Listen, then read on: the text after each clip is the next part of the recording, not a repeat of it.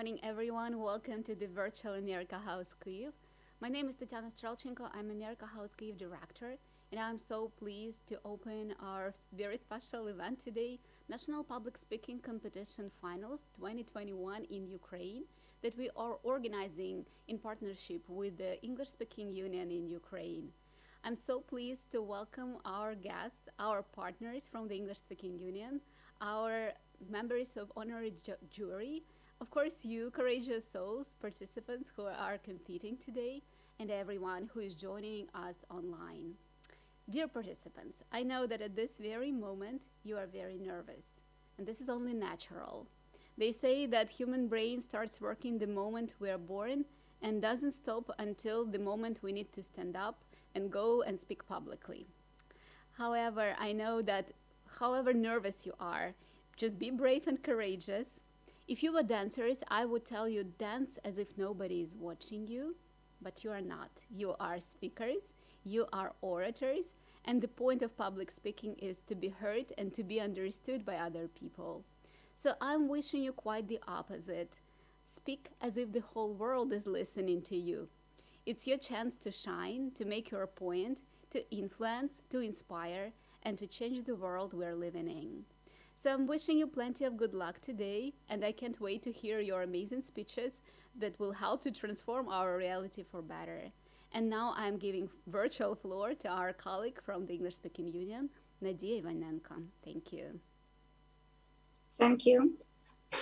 Ladies and gentlemen, it is with great pleasure that I welcome you to the National Public Speaking Competition 2021.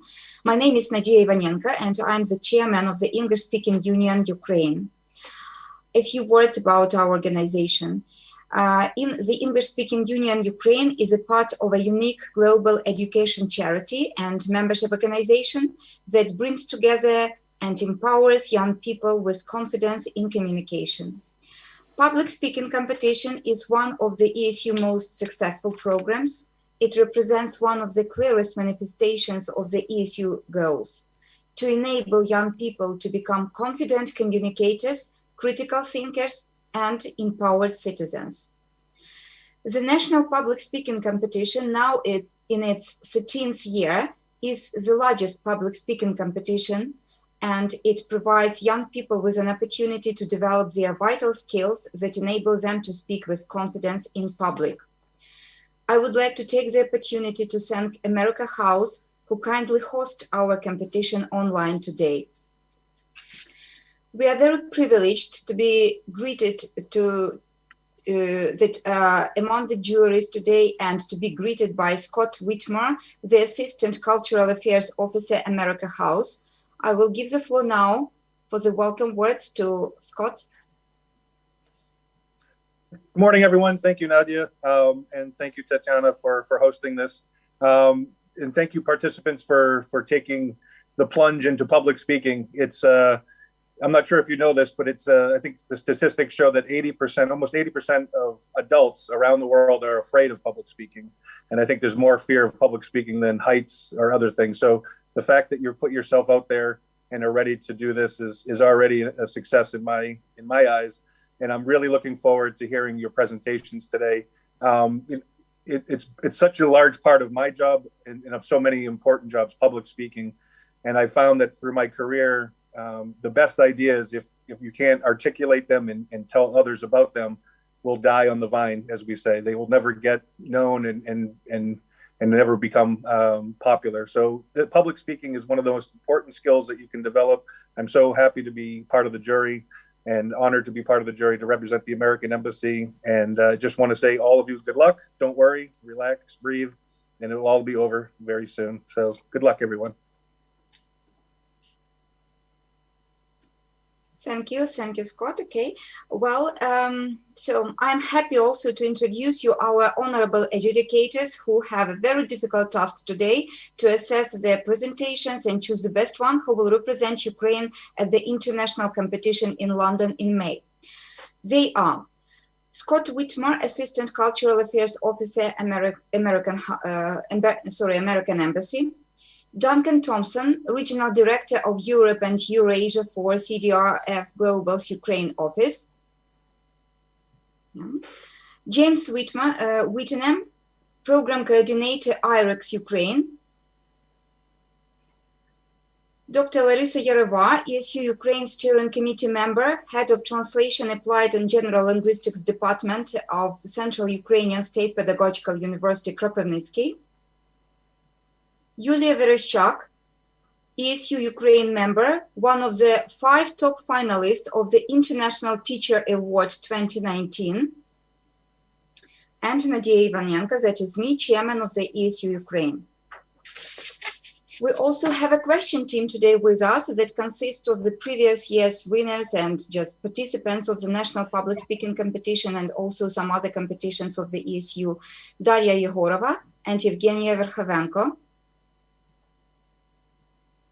The timekeeper and the assistant in the breakout room, the assistant during the impromptu speeches will be Nina Alyashenko.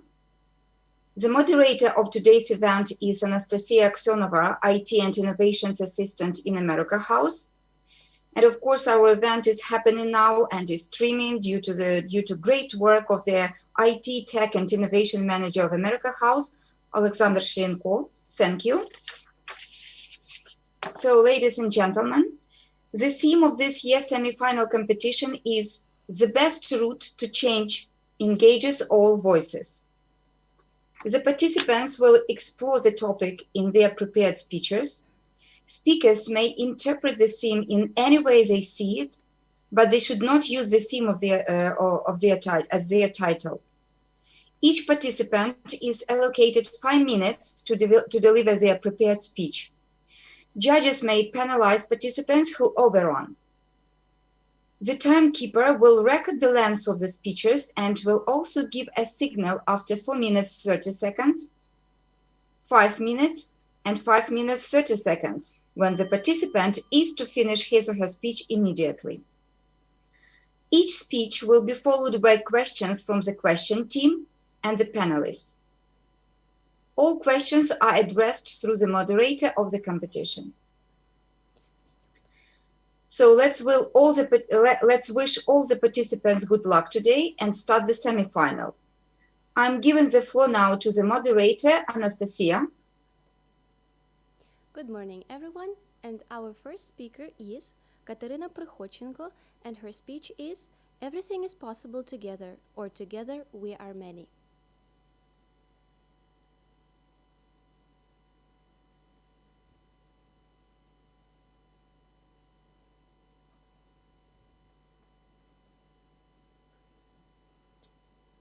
So please, Katerina Prikhotchenko. Good morning. Can I speak a bit later? I just not at home and some problems with my internet connection. I'm so sorry for it.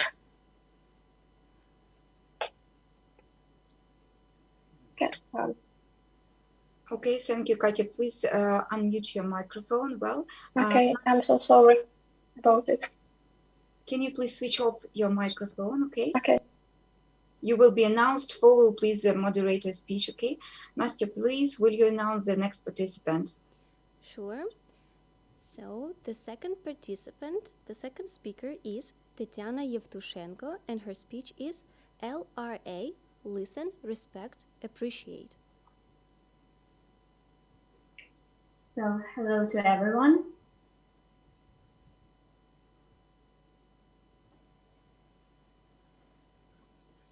Everyone can hear me? Yes, so you ready, Tatiana? Yes. So we can begin.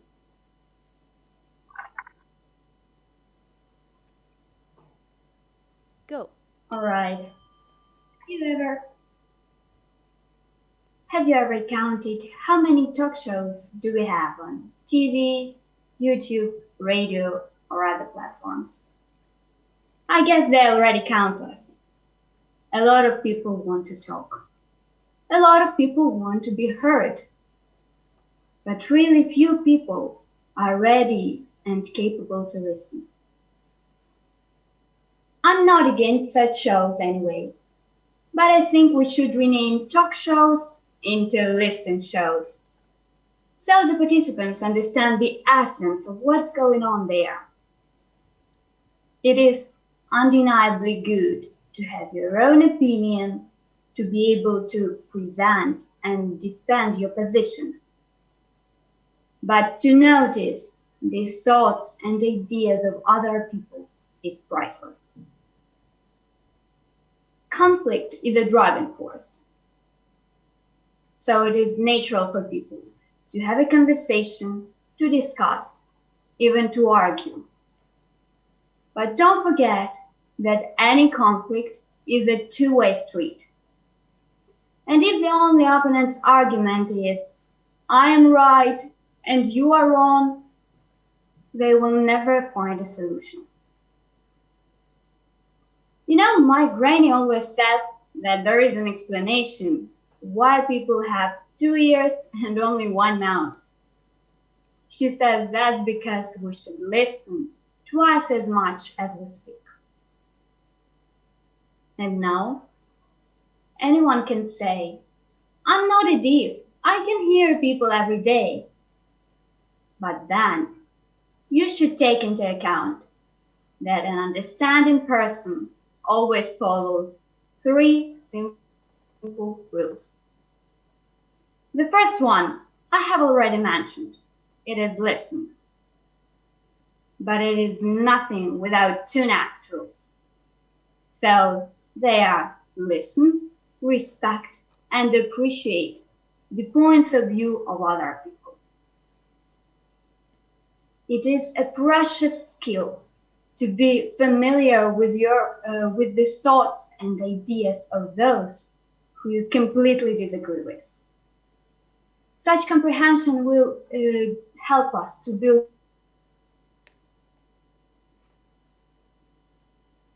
the social species, said Aristotle, so we can come to conclusion that nobody in the world can succeed alone. In order not to be alone, people cooperate with each other. And in such situations, when the human's mind is open to listen, it means it is open to conversation. It is open to change the situation. As an English novelist, Marian Evans said, only a narrow-minded person cannot look at the subject from various points of view. So, while working, connecting, or studying with other people, don't constrain yourself with your own notions. Your thoughts are undeniably good, valuable, and there are people who will listen, respect, and appreciate them too. Your subjunctive is to get a deeper understanding of humanity. So, it will give you such benefits as a good understanding of the other side, well-built connection with your opponents and upholders, and of course, the desire of other people to listen to you in response. So anyway, don't forget that a successful, understanding person always follows 3 simple rules. Listen, respect, and appreciate the points of view of people who surround you. Thank you.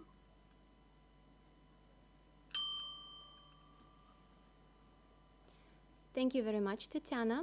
And now we go to our next speaker. It is Artem Malamura, and his speech is The Weight of a Word. I'm very sorry, Nastya, so we just missed this part with questions. So the speech should be followed by questions from the panelists and the question team. I'm sorry.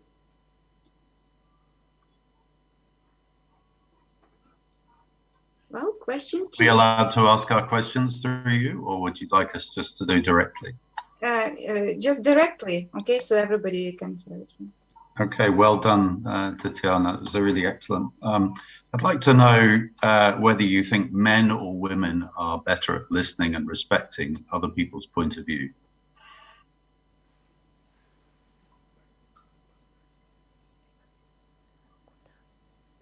Thank you for your question.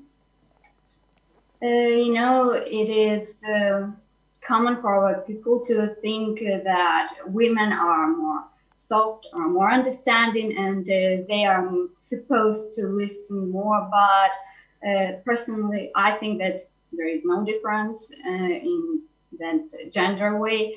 But everyone can listen. It's just a part of your character or your behavior that you should to grow in yourself. Thank you. I agree. Okay, one more question. Well, Tanya, how good listener are you personally?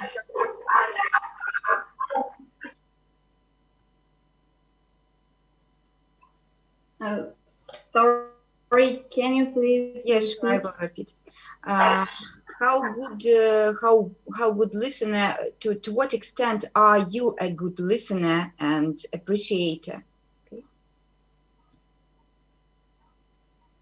So you can understand it while connecting with other people.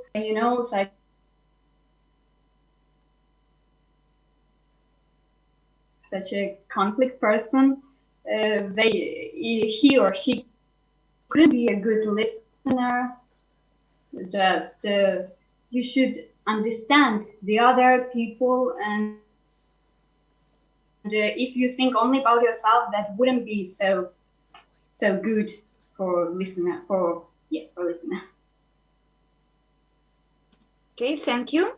One more time for all the participants and for us as well. So the speech should be followed by the questions, okay? And but no more than 3 questions to each participant. So for everyone to be just to have the same rights, okay? Thanks.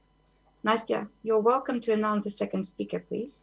Thank you for remark, Nadia. And a little reminder for everyone, don't forget to mute yourself. Okay, so our next speaker is Artem Malamura, and his speech is The Weight of a Word. Yes. So, you ready? Yeah. Okay, begin. Imagine that you're in the middle of a dark room. Suddenly, a name board appears in front of you. A name of a person appears on it. You know this person. It's someone from your past. You remember long talks with him. You like some of his ideas and disliked others. You have conversations with him. He gave you advice and you follow some of them, and he followed some of yours. But now some of those memories are transferred on a wall of a room. The engraved lettering decorates the nook. The people we communicate with throughout our life have some kind of impact on us. And what does it mean to form yourself? And what does it feel like to go through some changing? You know that person adapts to any conditions. It is his essence, and the conditions under under which a person falls are different. They could be terrible, gorgeous, common. There are many epithets, but the path of adaptation is also different. It's different for everyone. Someone surrenders, someone goes to the end, resisting with all his strengths the stress of the fate, if it already exists, And the aspects that affect our past are also different. And I think the society is one of the main ones. And opinion society is one of the most beautiful and maybe terrible things in the whole world. We often depend on opinions of other people and take everything very close to our heart. I don't think this is the right thing to do. I just think it's the right thing to do, and we take it. And I don't think that you need to be a sensitive person. You need to be able to highlight your goals and learn a lesson from experience that you had. The emotions received during this experience should be your main engine of your progress. In your life, you can meet a lot of people who were born wealthy and have no regrets in their life, and people who went through the real hell. And their thoughts, their ideas, their words, maybe they're gonna influence you. And every word had its weight. Many modern people have a very strange attitude to their words. It's like their words don't matter to them. And I don't know why. Because words have vague sounds. Words have vague sounds inside. And remembering all these 3 properties, you can create this sentence that is pleasing to the eye and to the ear. And I really think that words are really important for our life. Lao Tzu said, watch your thoughts, they become your words. Watch your words, they become your actions. Watch your actions, they become your habits. Watch your habits, they become your character. And watch your character, it becomes your destiny. I'm sure if you truly believe in what you say, you'll inspire other people who believe in you. And your words are gonna have weight. You will feel proud of a person you see in a mirror every morning. And I believe that person should try to become real himself. You're definitely gonna be improved. You're gonna have improvements in yourself, and maybe you want to modify something in our society. But unfortunately, it's gonna be too difficult for one person to change everything. But if one person begins to change, what prevents others to change something themselves, rebuilding the whole society maybe also? But also not everybody can be a leader, but everyone can support his or her leader who they believe. And then altogether we can become closer to our goals. But not everybody wants to be with society or change to them. And, you know, a man can only walk on its own, and he will also be right. Everyone creates their own path and their own goals, and they can achieve it on its own. And despite our adversities, I think everybody in their lives, once upon a time, gonna shine as bright as Sirius. And is it necessary to say words? If a person cannot speak, you know, there's a huge number of other methods to convey a word into a thought into a word. It's like, do you know Stephen Hawking? And great theoretical physicist, cosmologist, astrophysicist. He has a huge scientific works such as theoretical prediction of emission of by black holes, but he had a terrible illness. And with his illness, he can speak. So their friends made him some kind of voice machine, and only by his workable muscle of his face, a muscle of a cheek, he made his speech. And this speech has so weightful words, the huge weight of words in the speech, and such people give me hope and desire. The more I sit in dark room, the more words appear on it. And one day you slightly collapse the whole room with slightly movement of your hand. And it could be the beginning of your journey. Or it's the end, you don't know. But you need to understand that if you want to change the world, start with yourself. Thanks.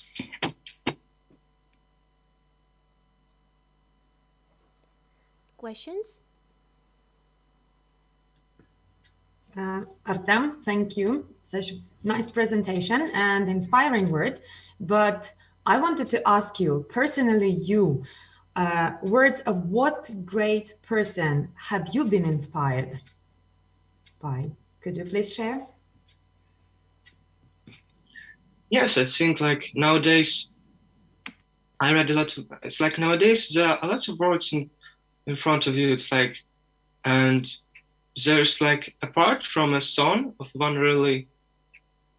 from an artist, which name is Oxymoron, that everything is intertwined, but not predetermined.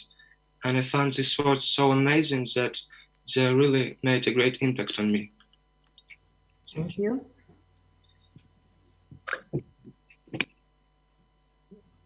Artem, may I ask you a question? What would you tell people that don't feel like they have a voice or that anyone's listening to them? They have words, but what advice would you give those people that don't feel like anyone is listening to them?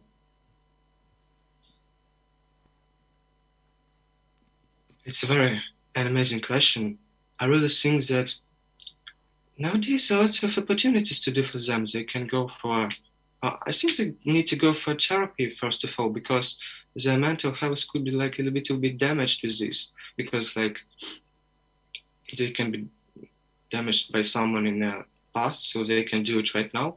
And I think that they need to find some kind of strength in themselves to like rebuild their own understanding what they want from themselves. It's like everyone can help them, their own family, their therapy, their friends, and then I think they'll make an amazing things.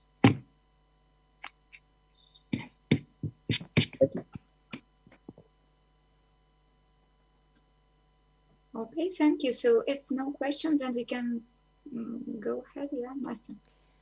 Yes, so our next speaker is Елизавета Babenko, and her speech is The Key to Successful Change.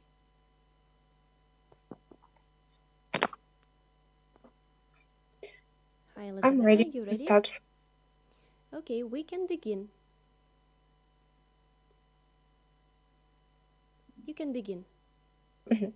As Nikola Tesla once said, the action of even the smallest creature leads to the changes of the entire universe. So, the world is moving on. Every day, various innovations are emerging. Nowadays, we face millions of different challenges which require changes. And I think that such changes involve teamwork. Everything around us depends on our attitude and our actions. It's easy to pretend to think that nobody can change anything, but I think that we can. Every human just needs to realize this because everyone can improve their own life and lives of those around. You just need to start acting.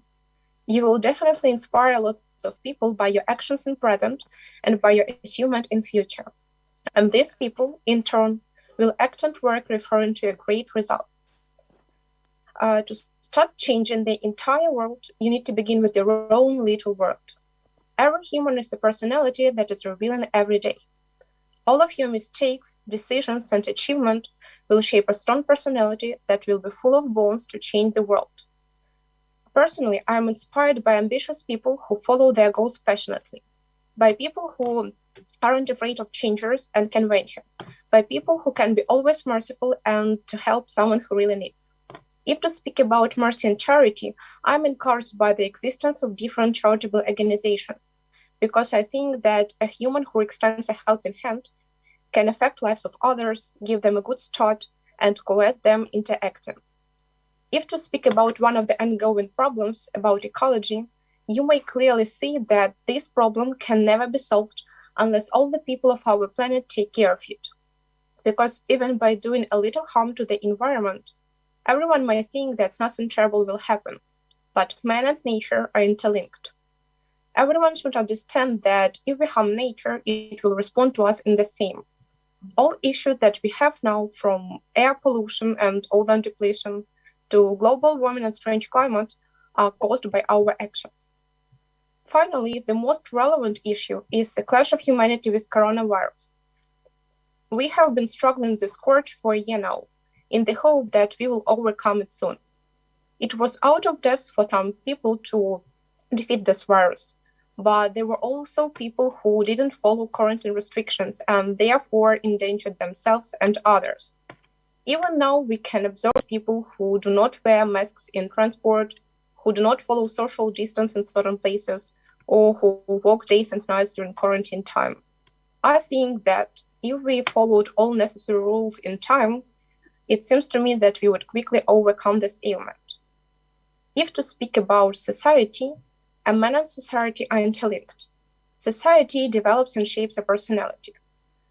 In order to interact with society, you need to be able to communicate, negotiate, compromise, and take into account all necessary opinions.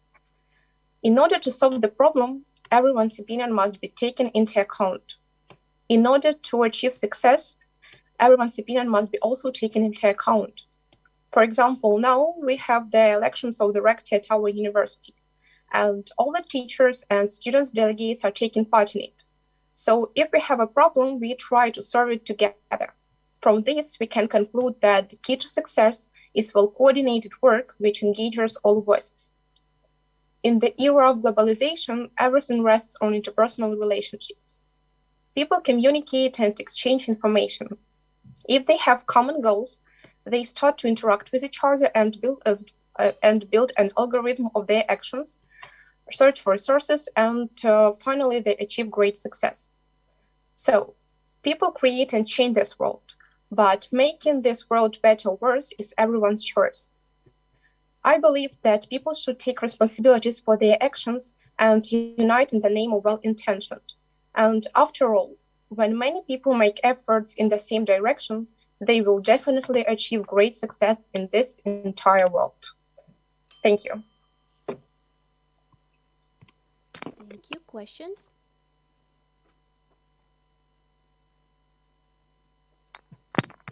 I have a question.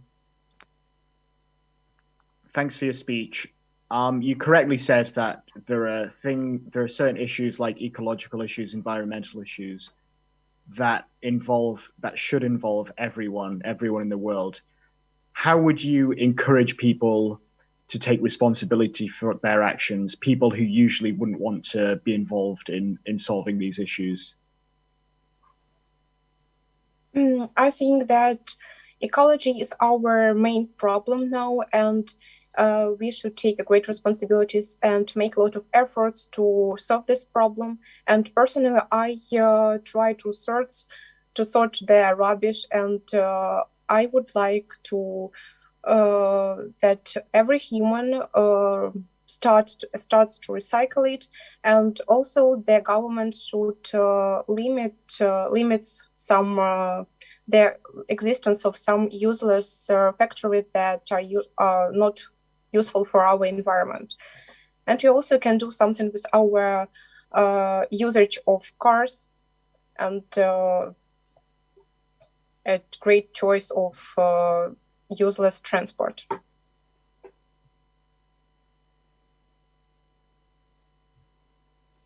Any more questions? I have a question. Thanks very much for your speech. This may be a follow-on question. What do you feel is the main blockage to change? Can you repeat, please? The main what? What do you feel is the main blockage or barrier to change, to achieving the goals that you just described? I think that everybody should show their patience and existence, and be self-confident and have spiritual development to achieve their goals and to start changing their world. Thanks. If there are no more questions, then we go to our next speaker, and our next speaker is Bogdan Mishirichenko with his speech, "The smartest change is built on various opinions." Yes, I'm ready. Great, so we can begin. I consider everyone will agree that our life isn't always smooth and stable. Technologies are developing, something becomes highly valuable while another thing loses its value and popularity. A new world urges people to acquire new features and knowledge. So we have nothing to do but to change and to adapt for the modern world. Some people prefer relying only on themselves and not listening to others' thoughts. But in my opinion, the most efficient change should combine different points of views. And I would like to prove it in this speech. Do you always believe the news you see in the internet? I think that it's highly likely that you won't calm down until you check it using reliable sources. There is an enormous amount of fakes nowadays, and just imagine what could have been if we started acting after seeing every news. Don't you think our actions would be useless or even harmful for us and others? Searching for such examples doesn't take a long time. One day, an armed man entered a pizzeria and tried to shoot people. The reason was the rumor spread by media.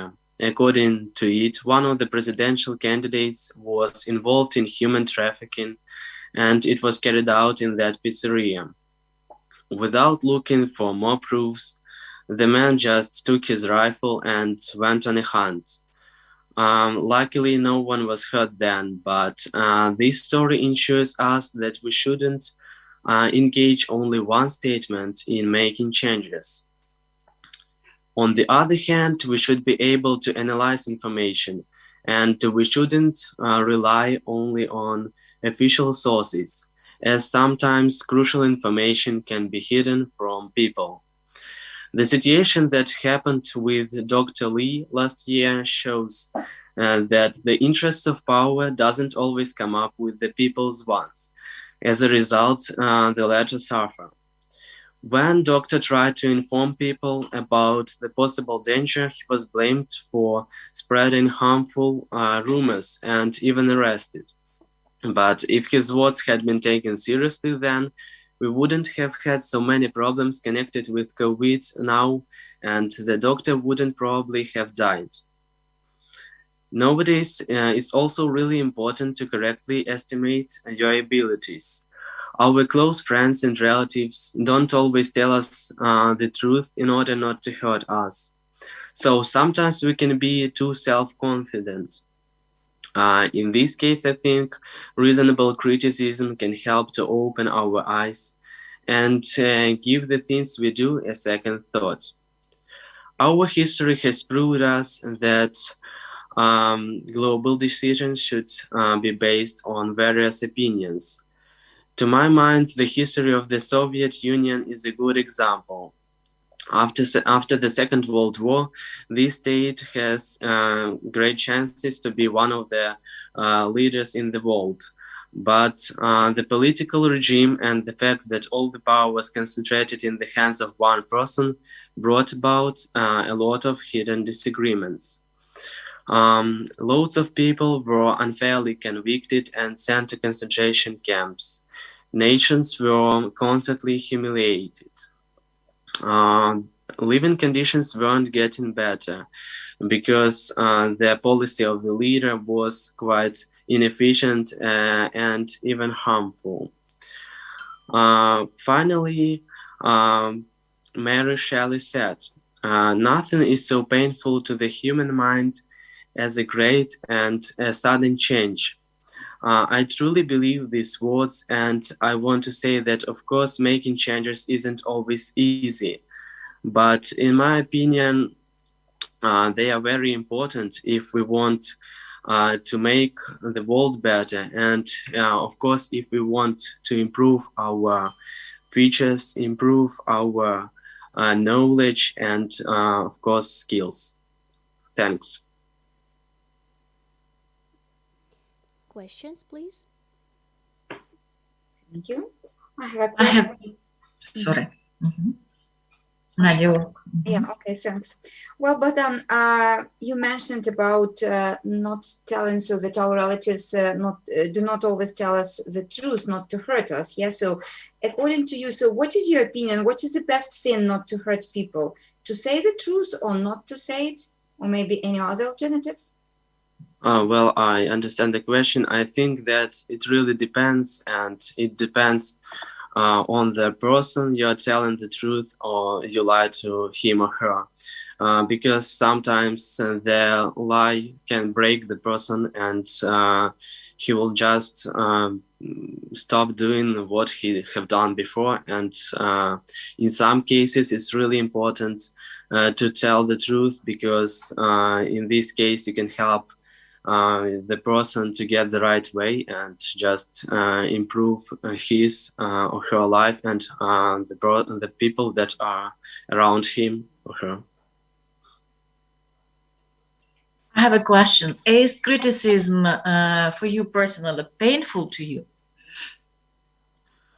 I think to tell the truth, sometimes it's a bit painful for me because when I'm putting a lot of efforts for the one thing and people say that you are doing what are you doing is terrible and don't do that again, that can be really that's terrible to feel this, but in my opinion it's really important to analyze what the words of others and choose by yourself to believe these words or just to drop them away. Thank you, Bogdan. Are there any more questions? I have a question. Thanks for your speech, Bogdan. You mentioned the importance of analyzing information to make sure it's correct. When you read something on the news or see something on the news, what steps do you take to check the information is correct? Well, I think that nowadays this problem is really important, and because the fakes are almost everywhere. But when I'm reading some news, I try to, of course, to check it using other sources in the internet. I can just write the new and check if there is other statements about that. I think that now it's really difficult to find out if it is true or not. So even some social networks, they limit the spreading of the news. So to not to spread, give the fake news to spread. Thank you for your questions. And our next speaker is Olga Golinska with her speech, "The best way to predict the future is to create it together." I'm ready. Great, so we can begin. I want to ask you a very simple question. Have you ever thought about our future? About our future planet? About our future people? I think yes. And I can tell from my experience that I imagine that our future will be better than our nowadays, that we will not have pollution and global warming, and our cars will not damage the environment.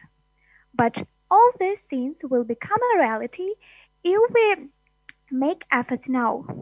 And it's very important to work together because, as English proverb says, one man, no man. It applies to many areas of life, especially it's true of politics. Because when it comes time to vote, we must all do it. Every vote is important.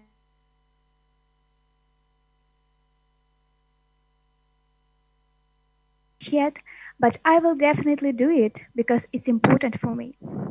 I understand that I don't pick cheese in my country, but my vote, your vote, others' vote together can change everything. Also, it applies to the environment because a variety of environmental problems now affect our entire world. There are some major problems. Acid rain, air pollution, water pollution, rainforest destruction, and global warming. People also worried about the greenhouse effect, where an increase of the amount of carbon dioxide and other gases in the Earth's atmosphere. And both human behaviors and climate change have led to many animals and plant species become endangered or even extinct. And I should say that if we start working together to keep our planet clean, it means without pollution. Our dreams of a happy future will come true. And a lot of people already done it. Worldwide efforts are being made to improve the situation. Some farmers produce organic food which avoids the use of harmful chemicals. More companies try to behave in a more responsible way. They recycle as much as possible. And imagine, we can do everything when we realize that the solutions are true. And now being here, I'm trying to convey to you it's very important to find like-minded people with whom you will share your ideas. It's very cool when we can hear others, when we can share our ideas, and we realize we are not alone in this fight. I repeat these words to myself to gather myself because I'm sure you know, but public speaking is pretty terrifying. I know I was inside a lot of people. I look all glam, but I'm horrified. Most of my life was particularly terrified of public speaking because I was very shy and I was afraid to share my ideas with others. But now I understand it's very important if I want to have a happy future and happy life. So, what I wanted to prove in my speech. We humans have to work together to achieve a lot together. And we must work as a simple mechanism to change our lives and our future. And I want to quote a phrase of Karl Barth. Though no one can go back and make a brand new start, anyone can start now and make a brand new ending. I completely agree with this phrase, and it's very important for me. Thanks for your attention. Thank you, Olga. Now questions, please. I have a question. Thanks, Olga. You talked about like-minded people. How would you deal with not like-minded people, people that really are resistant to change? I try to speak with them, and I try to change their minds, because it's very important to work together and have the same thing, ideas and things. Thanks. Okay. Olga, thank you for your speech. Well, the question is, how much powerful and influential do you personally feel at your young age and at this stage of your life? Personally or as a part of a team? Thank you. I think that I can change everything when I work with others, when I work with my friends and with my teenagers and my relatives, and it's very important to work with them. Thank you. If there are no more questions, we can move on to our next speaker. We'll get back to Katerina Prichodchenko with her speech, Everything is Possible Together, or Together We Are Many.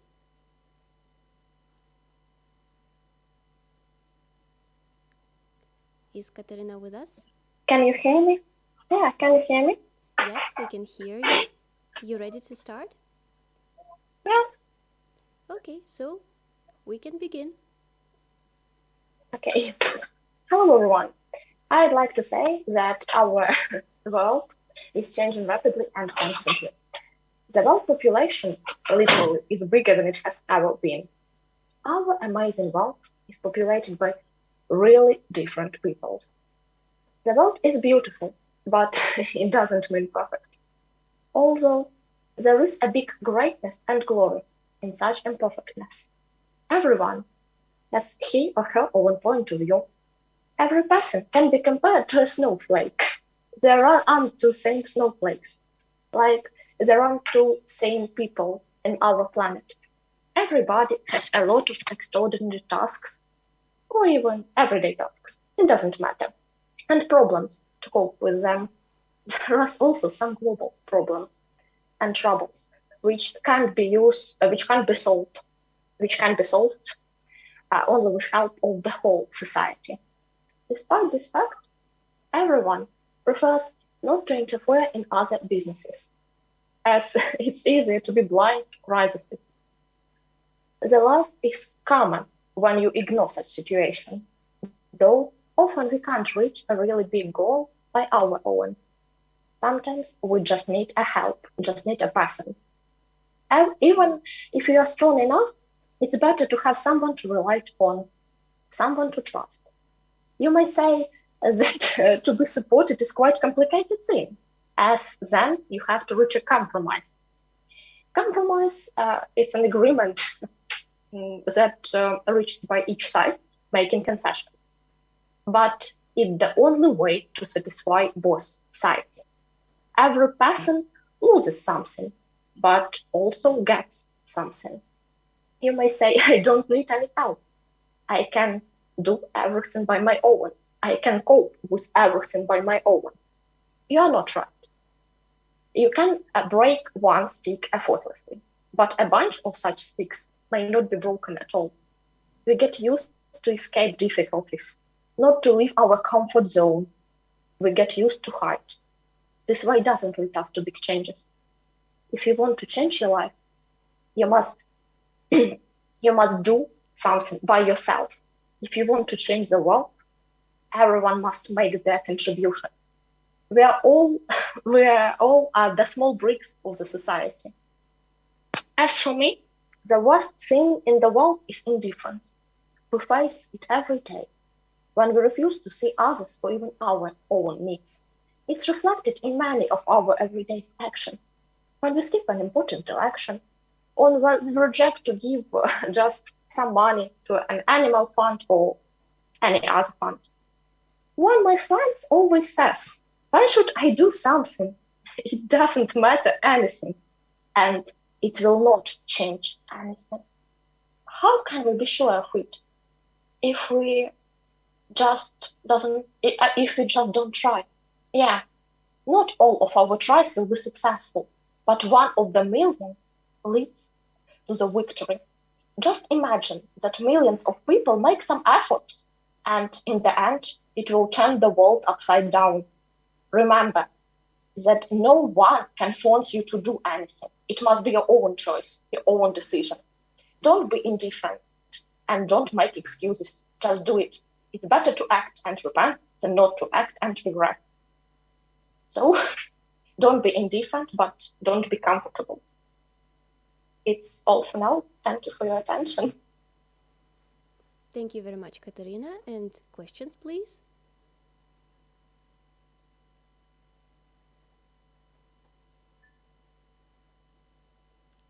Do we have any questions? Katya, I have a question to you.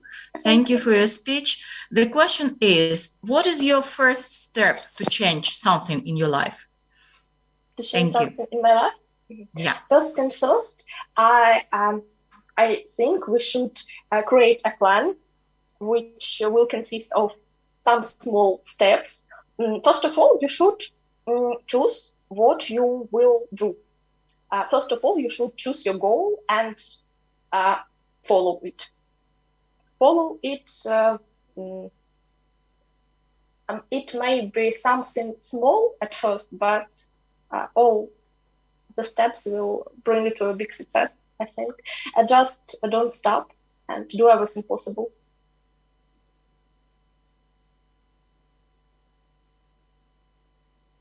Any more questions? Okay. So, Katya, a question. You mentioned compromising is a very important step. Yeah. How difficult is it for you personally to compromise in life? And how important is it on a global scale? Should it be applied to global issues? Okay. As for my personal life, I'm quite calm person and I can give up my own interests to reach a compromise. But about the global, people sometimes can be really rude and don't want to listen to others' opinions. So in a global, it's not really easy, unfortunately. Well, thank you. And the last question, if there is one. Well, let's move on to our next speaker. Our next speaker is Ruslana Yashchenko with her speech, "It only takes one voice at the right pitch to start an avalanche." I'm ready. Good, so we can begin. We are highly intellectual species. We managed to expand our horizons so much. We have created durable construction materials, medicine, and even started growing human tissue. And we have created an enormous range of things from bicycle to car. But how have we come to this? Would it be possible if only one person discovered something and no one else undertook to improve? You may have heard about German inventor Carl Dreis, who registered a patent for the first wheel scooter called the running machine. Of course, this running machine was very much different compared with modern one. Dreis' invention was equipped with a steering wheel, made of wood and 2 wheels without pedals. And I think that this invention is one of the greatest because even nowadays we see daily how many people use this type of transport. And can you imagine what we would have if the Scottish blacksmith Patrick Macmillan had modified the running machine with a saddle and pedals? Sometimes it takes hundreds of years to improve something. Inventors and researchers adapt their predecessors' experience different to other people's opinion, and as a result, they make startling discovery or invention. Let's imagine that you are an architect and you are given a task to sketch Gibraltar Bridge. This is a big responsibility, and you have no right to make a mistake. So after sketching, you turn for advice to famous and experienced people, and they review design plan and suggest some changes. These suggestions may not be significant, but they can prevent a big catastrophe in the future. You may know about the Lakencourt collapse. During construction, the reinforcement wasn't put into proper place as was defined in the design, exacerbating the design weakness. 5 people died, 6 were injured. This is all technology development, but now let's look at it from the psychological point of view. Since childhood, we are told not to listen to what other people say, love ourselves for what we are. But personally, I don't agree with that, and let me explain why. Usually, saying these words, I am what I am, and I'm not going to change at all, we deceive ourselves because laziness often becomes an obstacle to our success and fruitful changes. But any change is development. I don't disclaim that we have to live to our content, but we should be objective, see our weaknesses and strong points, and understand the negative impact of the first ones. Moreover, listening to teachers, old and experienced people is useful. The more voices you hear, the better. You should just use this scheme. Listen, analyze, make a decision. You know, we often think that we are cleverer than others. Maybe, but indeed, there's a big difference between experience and intelligence. Mistakes are good teachers, but they say experience keeps the dear school, but fool learn in no other. And now I'd like to highlight how one voice can change another person's life completely. Unfortunately, almost every day we hear from the TV screens or social media how many mothers, friends, relatives, or celebrities ask other people to help save sick person's life. And our help gives to a sick person a chance to open a new page in life. And in this case, every little help counts. And conversely, with the might of our collective voice, we can send a ruthless criminal to prison. You know, I have a friend whose name is Maria, who grew up without a father. She had only a mother and a grandmother who lost a son a couple of years ago. And sadly, last year, Maria's mother died because of AIDS, and you understand that she became a complete orphan. Then, on the website of our village community, one woman posted information about this tragedy and that this girl needs our help. I was so surprised how quickly other people responded, and furthermore, everyone helped not only by giving money, but also trying to support the poor girl. This is the thing we do appreciate nowadays. And now, this girl studies at the University of her dream. I'm happy because the power of our voices helped Maria not to give up. During our lifetime, we hear many voices. Some are loud and rude, some are quiet and wise. We often overhear what is priceless. It is a great human skill to hear and to be heard. Do not be afraid to make mistakes, to strive and to speak up. And remember, it only takes one voice at the right pitch to start an avalanche. Thank you. Thank you, Ruslana. And now questions, please. Okay, I have a question. Thank you, Ruslana, for your wonderful speech. Well, have you heard the voice that changed your life? Thank you for your question. Indeed, during my lifetime, I heard very many voices. And I always use the scheme that we should listen, analyze, make a decision. And of course, my grandfather made very a lot of things to change my life in a better way. So one day he said me that we all should be polite, and we should respect each other. And she not only didn't only tell me that, she showed me how to do that. So nowadays I always try to be polite and respect older and not only older people. Thanks. Any other questions, please? I have a question. What do you think? It is better to do mistakes and then have experience, or try not to do mistakes other people did? I should rather say, what would we do if we didn't do any mistakes? I think that in the whole world don't exist any man and woman who didn't make any mistake. We do some mistakes, and we get some experience, and that experience helps us to not make some mistake in the future. Thank you. And the last question.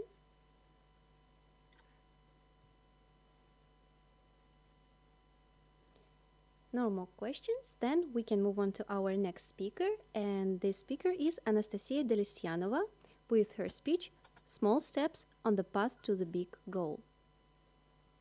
Hello. Yes, I'm ready. Good. So we can begin. That's one small step for man, but one giant leap for mankind. That's the phrase said by American astronaut, aeronautical engineer, and the first person to walk the moon, Neil Armstrong. Together, by our joint efforts, we can achieve a great goal. As Neil Armstrong said, we can make a great leap for all mankind. That's what I want to talk about. Everybody knows what problems does our world have nowadays. It's poverty, climate change, ecological collapse, overpopulation, and global pandemic, and lots of other problems. Everyone knows about these problems, but that's not enough. Many people live like they are the only one alive creatures on our planet, like nothing else matters, and that there won't be any life after their generation. After us, the deluge, they say. But with such attitude, soon there really will be nothing left. Many people consider that their deeds won't change anything. If everyone does it that way, why would I change anything? It won't help. For example, some say that they won't clean their garbage after some good rest. One plastic bag can't ruin the ecology. And then we notice thousands of news about death of animals due to high pollution levels, about spoiled water resources and other ecological problems. Another and more current problem example to this are people who refuse to wear masks, saying that the virus doesn't exist and they don't care if they get ill. Thereby, they put another people in danger. Elections in our country are another good example too.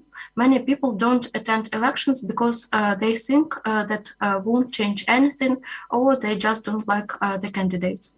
But then they still dare to say that the government is horrible without even trying to make a conscious choice. So our mankind should stop thinking that our actions don't matter. Every action, even the smallest one, will always have its consequences. We can learn from history how past generations thought and acted, how they responded to the demands of their time, and how they solved their problems.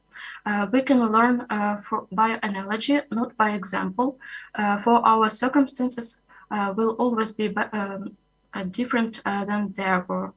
The main thing in history, the history can teach us, is that human actions have consequences, and that certain choices once made cannot be undone. They foreclose the possibility of making other choices, and thus they determine future events, said Gerda Lerner, who was an American historian and woman history author. I consider her saying to be really accurate. The whole Earth's population is about 7.5 billion people. The wrongdoings of each person are summed up, and the results of our actions can be horrific. Being passive is the worst thing the person can do, as our wrongdoings are plus our good actions are also summed up. Each of us makes a small step on the way to the bigger goals, on the way to the better future and to the better world in general. We can compare each person, each good deed they do to the ladder with steps. Each of us is one of the steps. We can't change everything at once, but we can build a ladder to the better world. So in conclusion, I want to say that we must stop being so passive and start being building our awareness. That's all. Thank you very much, Anastasia. And now questions, please. I have a question. Thank you, Anastasia. Could you give us an example of where you've decided to do something and taken a small step, and what was the impact of it, do you think? I can tell an example about environment problems. I have started collecting certain garbage and giving it to remake plastic and paper. And I guess it is a small step for me, but I guess in general it will improve the ecology. Excellent. And how did it make you feel? Sorry I've got a secondary question. How did it make you feel?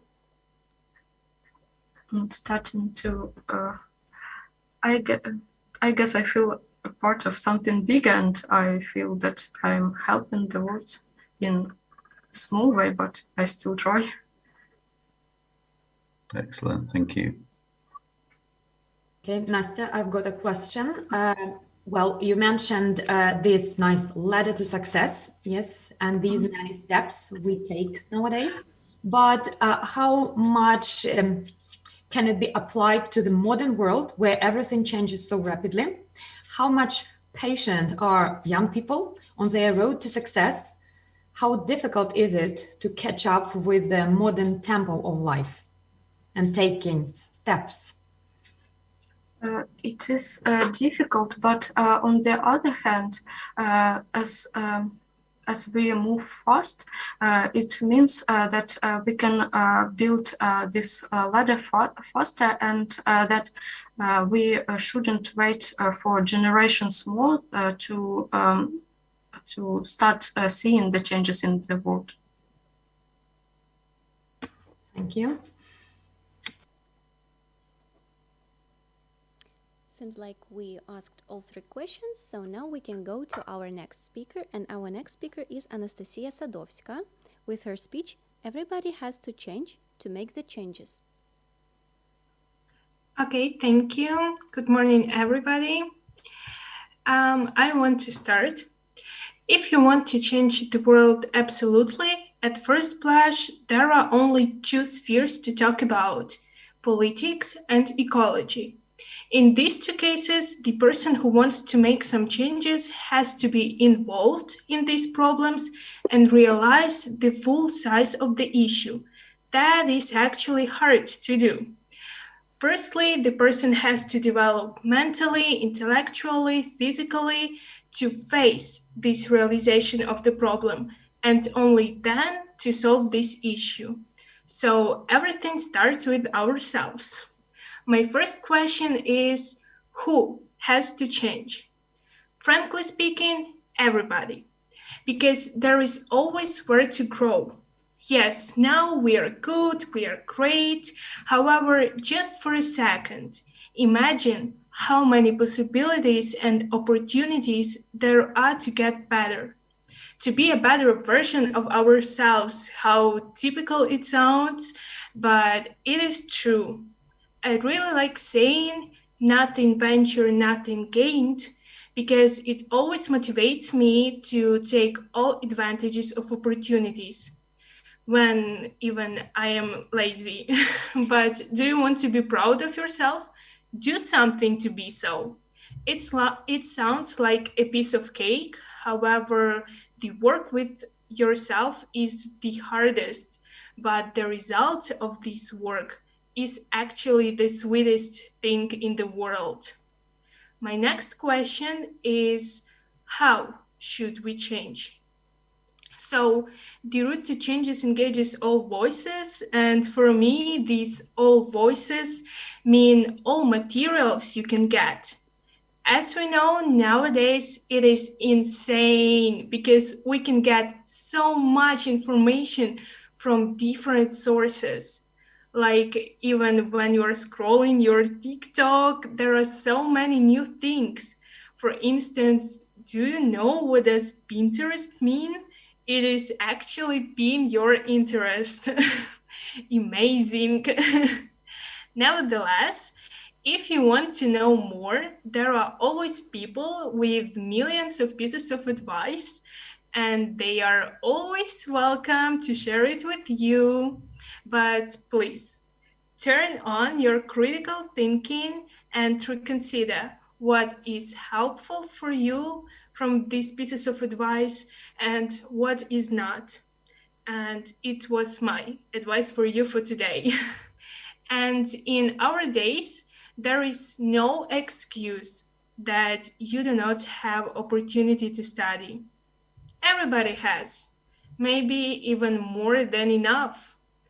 And last but not least, why should we change?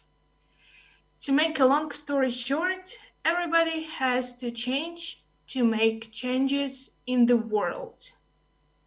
Because without development, we become stuck and fall into degradation. As confirmation of my words, I want to tell you a bit about my friend. Earlier, he was a closed person. He didn't want to talk with people, like he didn't have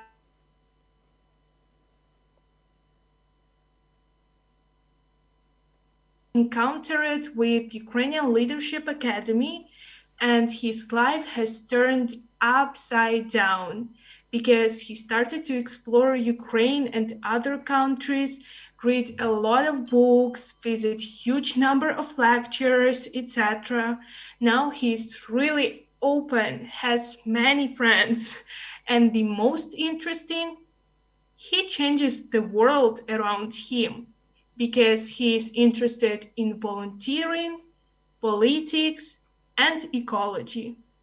To sum up, I just want to repeat that everybody has to change to make changes in the world. Thank you. Thank you, Anastasia. Do we have any questions to Anastasia? I have a question. So thank you for your speech. And my question is, what you can say about yourself? Should you change? Sir, can you repeat, please? Because I had bad internet for a second. If you speak about yourself, can you say that you should change? Of course. Actually, now I'm really interested in emotional intelligence, for instance, and in our university, we have additional classes, for instance, about critical thinking, about like making arguments. So I really like reading books, and of course, I should change as every usual person.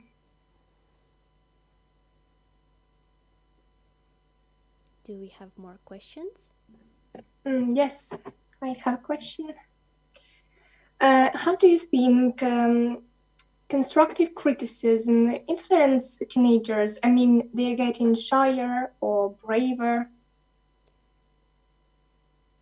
Sorry, can you repeat again? My internet is bad today. Yes, I don't of know why. course. How do you think constructive criticism influences teenagers? I mean, they're getting shyer or maybe braver? It is interesting question because it depends on person. Because sometimes this, even when a critic is constructive, it can hurt person, and it depends on person. I think that it should make us better, but the person has this maybe emotional intelligence to realize and to analyze this critic. Thank you. Any more questions? The last one? If there are no questions, then we can move on to our next speaker, and our next speaker is Artem Yigach with his speech, "Don't be afraid to make mistakes." Yes, I'm ready. Great, so we can begin. And I would like to begin my speech with the words of famous person Theodore Roosevelt. The only man who never makes a mistake is the man who never does anything.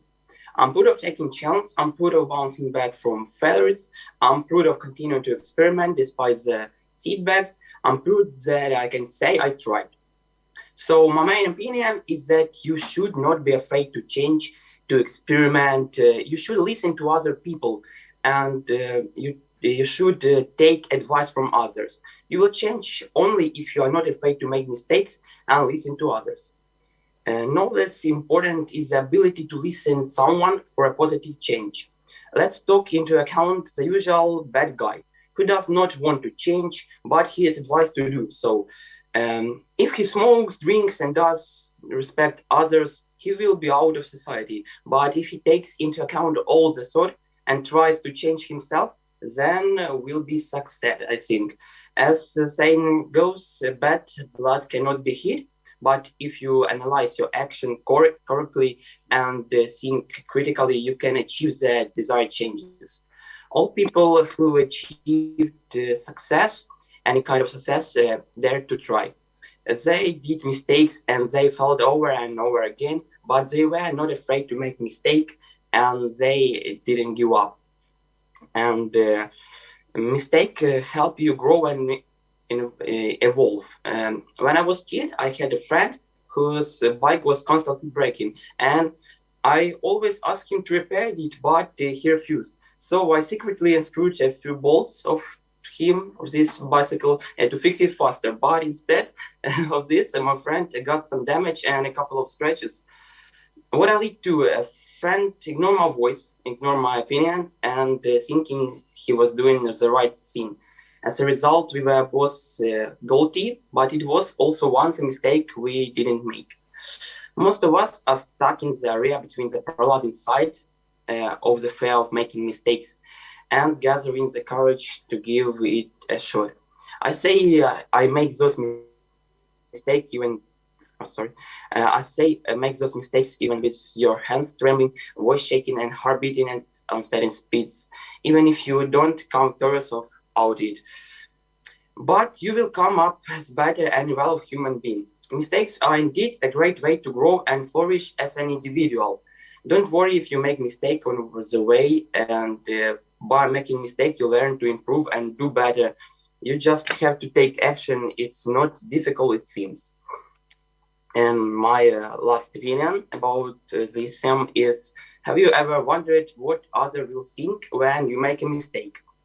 You imagine in your head the worst stories that you are getting bullied for mistakes. In my opinion, if you realize your mistake, you are already stronger than anyone else. And every expert was once a beginner who tried to change first of all with the help of himself and others' help. Mistakes are a great way to learn and to unlearn certain things. In fact, you get to learn the best of the life lessons while making some of the silly mistakes. According to the Globe organization, fully half of us believe that we are not getting ready to do one's best. Only half of us chasing our dreams using talent and joyful moving forward. But he doesn't use this. Therefore, to sum up this whole information about Masem, start from the beginning with yourself, with your environment, with your interest, with your habits, with your everyday duties. Listen to others. Don't be afraid to ask. Don't be afraid to make mistakes. Don't take it personality. Clearly achieve the goal and don't give up. I also want to end my speech with the words of Barack Obama. A change will not come if you wait for some other person or some other time. We are ones we have been waiting for. We are the change that we seek. Thank you.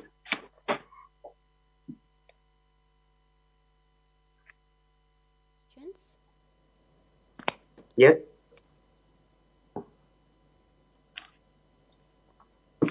Thank you. Any questions? Okay, I will ask you a question, Artem. It's nice that you mentioned this human quality of being brave to make mistakes, but there was a quote from you, a claim that bad guys are unwilling to change, are those who are not willing to change, and good guys are those who are always ready to change. Is that the opinion you would stick to? And is it necessarily a negative quality to be unwilling to change? Negative qualities about it? I think it have only positive features, and you need always to change. And it's normally that a good guy wants to change every time. It's I don't see in this problem very yes. I don't see that a good guy is not normally to change yourself. Okay, thank you. Any other questions?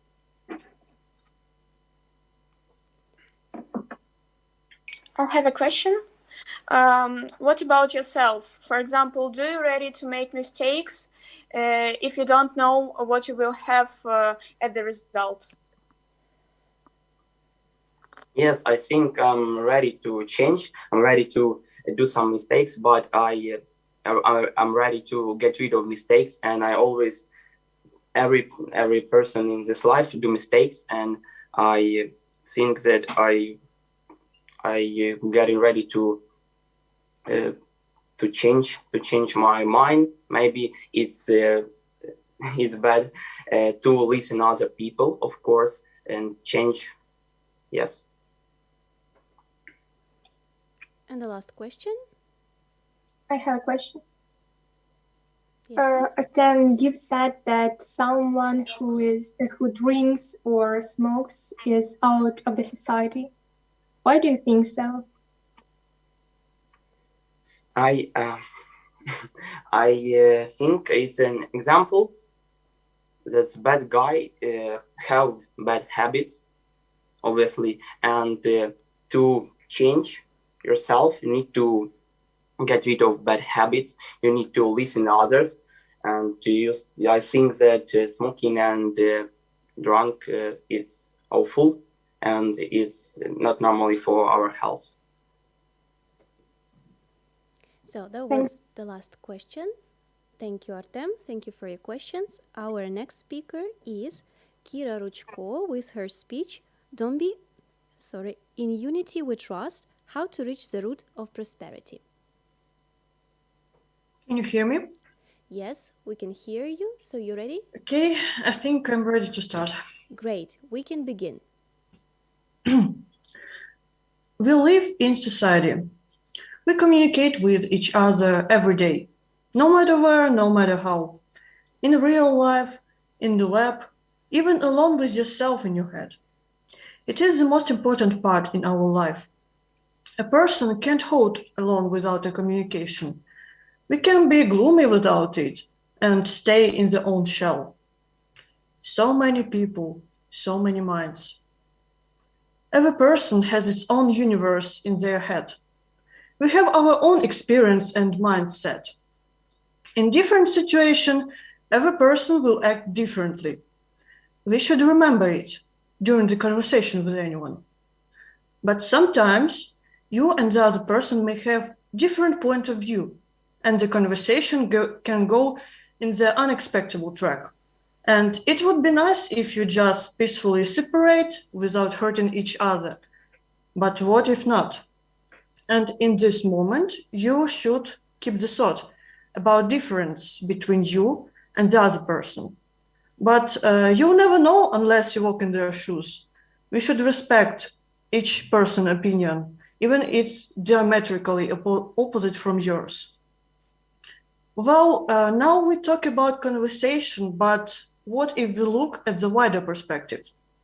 It begins from little talks and expands to the galactic scale. Every opinion has the right to live. It is important to listen all opinions during the solve the great problem. For example, environmental problems. It's one of the greatest problems in our world. We should listen all suggestions and find some proper ones. It always must be an alternative for the opinion. We can't think equally. It's not really a good time for our environment. For example, ozone depletion, deforestation, huge rubbish dumps, unrational using of natural resources. And these obstacles drain our planet.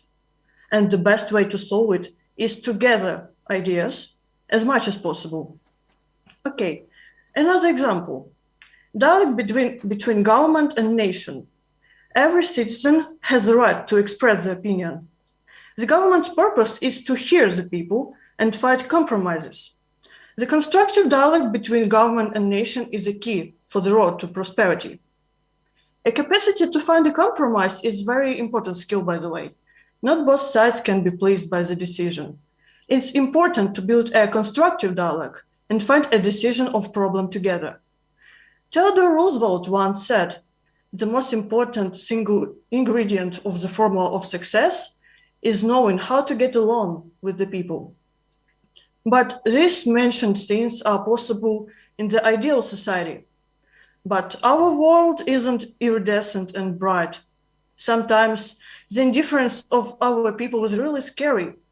The trigger for changes is plain and simple. It's our desire. If you want to change the world, you really want, you'll do it. Listen to all people and be overheard. In unity we trust. Thank you for the attention. Thank you very much, Kira. So, question, please.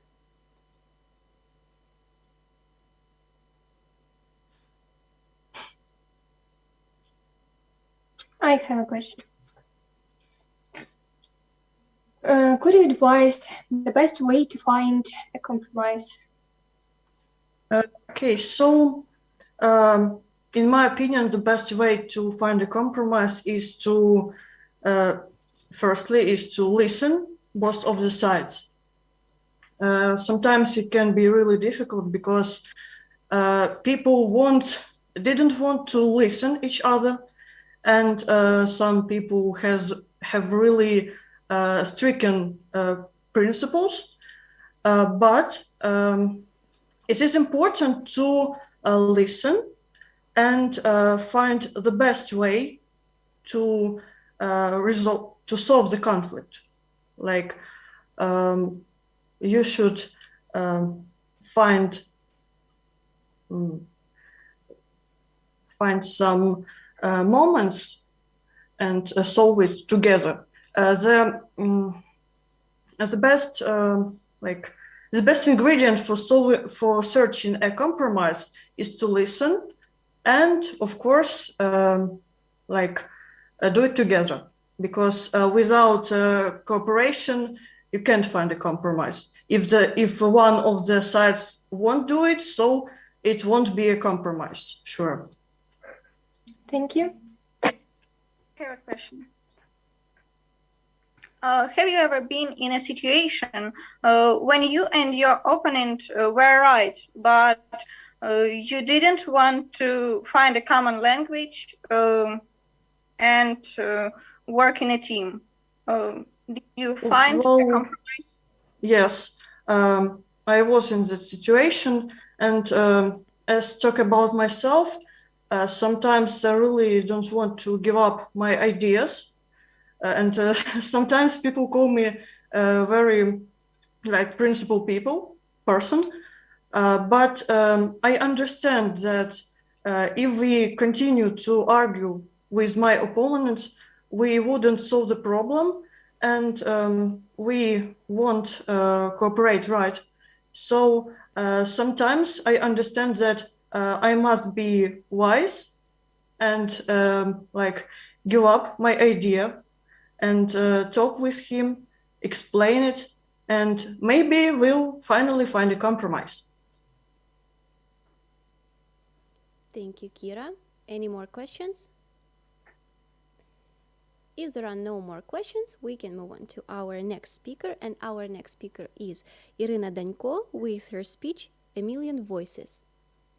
Yes, so I'm ready. Great, so we can begin. Have you ever had the information that there are about 8 billion people in the world? So only the planet Earth can boast of such a large population. And it happened historically that our people never stand still and develop, because all people want to move forward, change, and learn something new. In the 21st century, communication is the most important tool in our life. Without it, we will not be able to fully live, to make decisions, and translate our dreams into actions. It's always more difficult for introverts to live, because sociable people are always helped in life by the presence of various acquaintances and business partners, of course, as well as in difficult situations, they can always count on the support of our friends. And that is why children from an early age are sent to kindergartens and schools so that they learn to make friends and communicate with each other. It's also almost impossible to live without foreign languages now. Previously, most businessmen hired personal translators and communicated with partners at conferences with the help of linguists. But now it's even a shame not to know at least English. It would be better if you will know, for example, German or even Italian. And we have been taught since childhood that it's very important to participate as a team and not individually. After all, we do not need to be selfish, but on the contrary, we need to look for a common goal and change the small world around us. It's very important to remember that each person is individual, and there we have different opinions and characters, and you cannot adjust everything just for yourself. For example, we all chose the head man at the school. This person was supposed to be in charge of the class, the register, clean the board, and generally be the leader. But the main person was never chosen only by the teacher, since the whole team wanted changes. And it was very important to listen to the opinion of the majority. Therefore, the most real anonymous elections were held even among children. Now I want to give a more serious example. I'm a political person and practically don't even understand political terminology. But we have elections in my country, and they listen to the opinion of the people. And this is manifested in the presence of presidential and parliamentary elections and the absence of falsification. Whatever opinion a citizen has about statesmen, he can have his own personal opinion, and his one vote will decide the fate of his country for the next few years. The people should understand that, first of all, it's not about the authorities, but about of our people and desire to change. Not everyone just understands that need to worry about the environment, that we need to take care of our planet. And no matter how many volunteers and charitable organizations there are now, we will not be able to achieve clean air and order in nature if everyone does not want it. Therefore, it's also important to engage in a demagogic activity in order to unite population with one important goal, to change and improve. As for me, I have a blog in Instagram where I try to inspire to aspire. We cannot save the whole world at once, but we have all the possibilities to change the small world around us. It's a quote of my favorite celebrity, Angelina Jolie, and it's my credo. For example, in my city, there is a charity organization, House of Mercy. Yes, its members cannot help the population of the entire planet, but they help the residents of Kropivnitsky, especially the elderly. Recently, there was a massive fire, and volunteers provided food, water, shelter, and shelter for the victims. Alina Baykova is a famous model from Kropivnitsky, and now she lives in America. But she still constantly comes to her homeland and unites city residents to be kind people, worry about environment, and clean up the mess. And of course, I cannot forget about the latest events in the world, the coronavirus pandemic. A year ago, the entire planet faced a common problem, coronavirus. This virus is dangerous to all people, regardless of social status, skin color, and nationality. Each of us experiences and fights with it. All countries are looking for vaccine recipes, chemists develop them, countries divided and buy. And it's now known that vaccines are bought in America and Britain and Russia. Thus, each of us understand that importance of communication, good ecology. For 8 billion people, we have one big common goal and dream, to overcome coronavirus and live as before. Thus, everything is in our hands and depends on ourselves. It's very good that the world doesn't stand still and modern technologies are developing, power is changing, we are making the planet clearer. Each of us has in his head his own idea of the ideal village, city, or planet, and only thanks to teamwork we will be able to fulfill all our desires.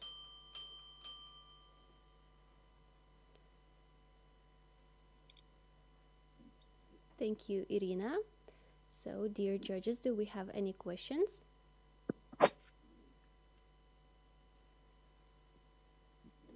Yeah, I have a question. Thanks, Irina. What could the world have done better to respond more in a more single or unified way to fight coronavirus? I think that we should understand that it's very important and it's up to us to protect ourselves and to help each other. For example, there are a lot of doctors, a lot of volunteers who fight with this problem. Mm-hmm. Thanks. Thank you very much for the question. Okay, Ira, I've got a question for you. You mentioned the nice volunteering organization that functions in your city. Yes. Can you please imagine a day when you are offered to create your own organization, your charity organization? Thank you for a question. As for me, I want to unite students at my university to help children. For example, we can share our blood with children who has, for example, egg cancer or another serious problem with his life. And we can do it. We can team up and make our world better and help children. Thank you. And the last question. If there are no questions, I've got a little question for you, and I'm really curious about your Instagram account that you mentioned. So can you tell us a little bit more about how you inspire people there, and do you believe that it can make some changes? So I post a lot of information in my stories about children, about people, about news. For example, I read Facebook and I read a lot. I read news about people, about diseases, about fires, and I post there. In a few years, I want to create my own organization and help with this account. This account will be a very good helper with it. Thank you very much, Irina. And now we will move on to our next speaker. It is Andriy Pelych with his speech, The Opinion of People in Our Lives. I'm ready. Great, so we can begin. We meet many opinions every day. The desire to please others is completely healthy. Normal idea until it becomes a measure of happiness. And the only criterion for one's own worth. Sometimes a person desperately striving for socialization simply becomes a slave to other people's expectations. Many people get depressed because of them, which leads to many unnecessary problems. Great people always try not to react to other people's opinions. Maybe it leads them to success. Tatiana Georgian said, everything that concerns public opinion is a legacy of our Soviet past. It seems to me that it's a marketing tool that works for commercial purposes. In the life of any person, there are many interesting ideas that can lead to success, but many people are afraid to start developing their idea because of criticism and self-doubt, which else is usually brought by close people into our minds. As Aristotle said, if you want to avoid criticism, do nothing, do not say anything, nobody. These are the words that can be used to describe Walt Disney. He was fired from Kansas City newspaper with phrase, not creative enough. The idea with Mickey Mouse at MGM Studio was rejected out fear that the mouse on the screen would scare off the female part of the audience. And Three Little Pigs did not pass because there were only 4 characters in cartoon. But Disney worked, ignoring the critics, and as is now known, in the end he not only founded his own studio, but made it a leading factory for the production of cartoons. Once Hajime Mitari said, "There's no need to stop when someone says that this is madness, because when people say that is good, it means that someone is already doing it." And the end of my speech, I would like to tell you a story from my life. Recently, a similar situation happened in my life when my friend did not believe in me. This is a story of how I go into this competition. To be honest, I myself did not really believe that I would go further.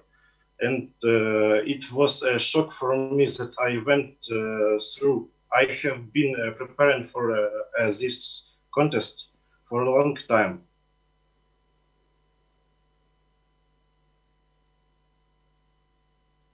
That at this stage, I will not be disappointed.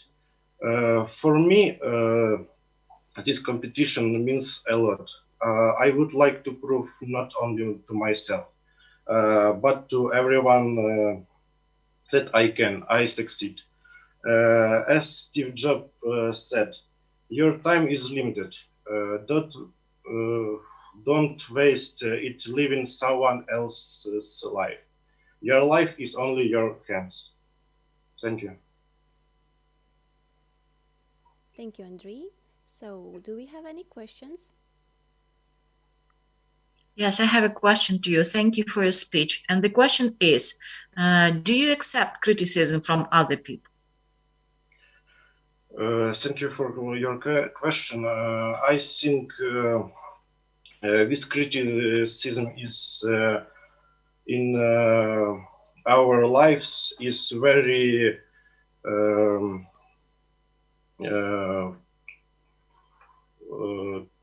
need for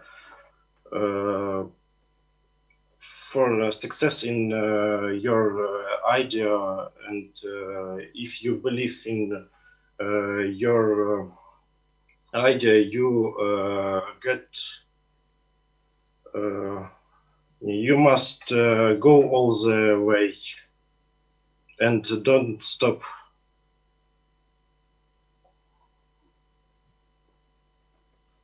Thank you. Any other questions? Thank you. Okay, so then if there are no more questions, we move on to our next speaker. And our next speaker is Maya Zabolotnya with her speech, Voice Creates Society. Yeah, I'm ready. Can you hear me? Yes, we can hear you and we can begin. Maya? Yes. The more people, the more votes. In any field of activity, voices play a big role in countries, cities, schools, offices, and even families. The more votes, the more opportunities to vote for something or support someone. People are like a flock. One voice don't mean anything, but tens, thousands, or tens of thousands are of great importance in solving some issues. Several examples can be given. Let's start small, a family. In the summer of 2020, my parents and I couldn't decide where to travel in the weekend. But voting, we decided to go to Askania-Nova. It's a landmark in the south of Ukraine. Here's an example from school. The administration of my school wasn't going to let students stay at home in December 2020. But some teachers and parents suggested voting, and with the help of all voices, the decision was made. As a result, the voting was on the side of those who wanted to stay at home. Now we can consider a more global situation. In 2018, in America, Washington, D.C., and in general in all major U.S. cities, a rally was held on whether to prohibit the carrying of weapons. A lot of people, and celebrities in particular, have influenced the situation in general. The problem was that it was in America at the time that were an awful lot of gun killings. According to the statistics, an average of about 19 people died per day, and that's just from firearms. For the first time, a ban on the concealed carrying of weapons was established in the states of Kentucky and Louisiana in 1813. It was believed that this method of wearing was used by people associated with crime. As a result, in the middle of 20th century, this ban was introduced in the most of the southern states of the United States, while the circulation of weapons itself remained legal. The situation began to change in 2000 and in 1987, when concealed carrying of weapons was allowed first in Florida, then in some states of the northwestern United States. At the beginning of 2017, a license for concealed carrying of weapons was freely issued in 29 states of the United States, and in another 13 it is not required at all. It is this and many other reasons that influence the uprising of people against the carrying of weapons. There are camera tapes that confirm that many families who lost their children due to guns, celebrities, and friends who simply decided to support them had numerous rallies that eventually attracted more public and government attention. It was called the March of Our Lives, how US students fight against weapons. In October 2018, there was a vote, but unfortunately, the law not carrying weapons could not be passed due to lack of votes. And here is the pain point. Everything depends on the votes and the number of people voting. In this situation, people start looking for celebrities or sponsors who have an impact on the public. For example, the well-known Kardashian West family and Miley Cyrus participated in this rally. These are the very ones who helped make this event more ambitious. Sometimes even some strangers' voice can play a big role in the life of a person, influence his or her fate. I have an example of how the well-known Kim Kardashian West decided to help one prisoner, Alice Marie Johnson, who has unfairly imprisoned for life. Kim and her team of lawyers decided to address Trump with a request to consider this case and release her, since only the president can decide whether to release a prisoner from life imprisonment. He agreed to consider the case, and thanks to the parliamentary voice, Alice was released. Alice returned to her family home, and now she lives a free life, rejoicing in her children, grandchildren, and great-grandchildren. Now back to school again. We have started a waste sorting campaign at our school. We have separate bins for paper, Tetra Pak, and plastic. We gather those materials for recycling. Teachers have explained the importance of recycling for all the students, but what can we see? A lot of students just throw their rubbish in any bin without following the rules, but we don't give up. We do hope that we'll be able to involve more students in that project. To get the best result, to make the world better and a cleaner place to live, we need to engage as many people as possible. We must also not forget the importance of voice in every family. It does not solve global problems, but helps to get on well in the family. I can be sure that there won't be any problems in my family as long as we listen to each other and every voice is heard. I do believe that voting for the whole country or just for one class is really important. It is great when the whole society is involved. But as a Pakistani activist for female education, our use of size said, when the whole world is silent, even one voice becomes powerful. Thank you, Maya. Dear judges, are there any questions? I have a question. Thank you, Maya, for your speech. Well, have you ever been yourself the voice that changed somebody's life? I don't remember this situation, but I think that I can do this. So my voice can change someone's life, but I think it's better when it's more votes and more people who can decide someone's life. But we are not a god, so we cannot make all decisions about someone's life. Thank you. Okay, I've got a question. Maya, you mentioned so many celebrity people. Can you please say how much is it correct that young people, and not only young people, are influenced by the celebrities, by their way of life? They take them as role models. I think that people had a big impact in our society, and they used their Instagram account and they talk too much about some problems or like some facts, and this like have the other people hear or see it, and they can be like more and more people. But I can say that, for example, me can impact on other people. So I can post some posts in Instagram and some people can be like, think about it. Thank you. And we have time for the last question. Okay, thank you. I have a question. Sorry, Nastya, I have a question. Sure. Similar to the previous question, what do you think is more important for change? The voices of a small group of powerful people, like the celebrities that you mentioned, or the many voices of people who don't have as much power? I think all voices is very important for our society and all our planet. In small groups, for example, like school or offices or like in family, we can think about voices, not very famous people, but sometimes votes, for example, famous people that on public is important too.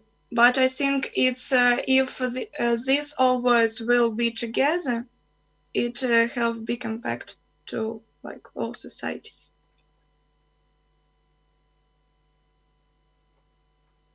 Thank you, Maya, and thank you for your questions. Now, our next speaker is Tatiana Kushinova with her speech, Any Change Begins with a Recognition. Tatiana? May I begin? Are you ready? Yes. Great, so we can begin. As you know, every major road starts with a first step. It doesn't matter how much money you have in your pocket and how old you are.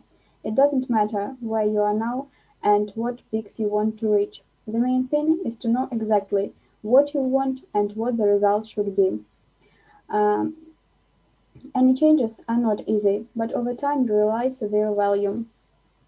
There are difficult obstructions on the way to any goal, but overcoming them, we become stronger, more skillful, and we become more confident. By eradicating past habits, working hard on ourselves, making a lot of progress, we first of all we prove to ourselves that we can become better and succeed. Our inner voice motivates us to action, and we should follow it without fear of the new and unknown. In my opinion, other voices should be listened to, but not always. If somebody is a role model for you, his opinion should be listened by you. But if you don't follow in somebody's footsteps, why should you meet the criteria of this person? Wise advice must be heard, but skip nonsense words. All the information needs to be thinned out. For example, there is a wonderful fairy tale about an ugly duckling. The other birds told him that it was ugly, stupid, strange, and so on. But it trusted them, believed in their words, and felt awful because of lack of friends and support. However, it turned out that he was not a duckling, but a real noble swan. So it's not a trouble if you are a black sheep among white ones. The real trouble is when you forgot who you are. You will be never liked by everyone, and that's okay. The main thing is not to boast too much and not to patronize. There is a story of Antoine de Saint-Exupéry, which is titled The Little Prince. It is a very instructive and unique story as well. Each character in this book has his own separate planet, and everyone arranges his own rules. All humans are rather odd creatures in some ways. They are constantly focused on themselves, but each of us is a social person who seek to communicate, who seek to share joy and sorrow, who seek to ask an advice, who seek to argue and seek to agree with each other. That's why I prefer to communicate with others, because I am a sociable person. Therefore, it is necessary to listen to other voices, but at the same time, you should make your own choice and make your own decision. In addition, I would like to mention a world-famous novel by Daniel Defoe, which is titled Robinson Crusoe. Ending up on a desert island, the main character recognized that he had to do everything to survive. It was his goal. He changed his habits. He adapted to the conditions. But the main thing, he didn't give up. What I mean, finally he survived. And even if your goal is not so significant as this one, if it is really important for you, you should do everything to achieve it. You should consider all pros and cons of it. You should realize its value, and finally, you should achieve it. I would like to conclude my speech with the words of Richard Branson.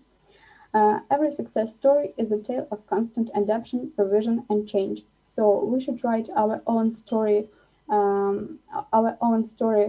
despite all the difficulties and inconveniences we have on the way.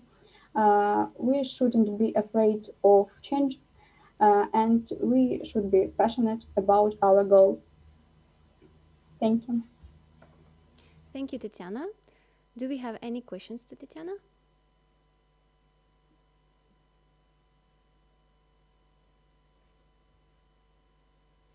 I have a question. Thanks, Tatiana. Why do you think people find it difficult to change? To my mind, people find it difficult to change because people are afraid of something new. They are afraid of doing mistakes. They are afraid of something that they haven't do in the past, and it is really difficult to change something. Thanks. That's great. Any more questions, dear judges and question team? I have a question. Do you think that sometimes it's better to give up? No, I don't think in such a way. I prefer to do everything to achieve a goal. I don't like to give up, and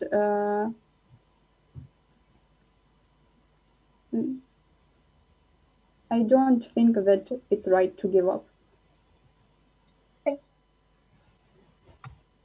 And the last question.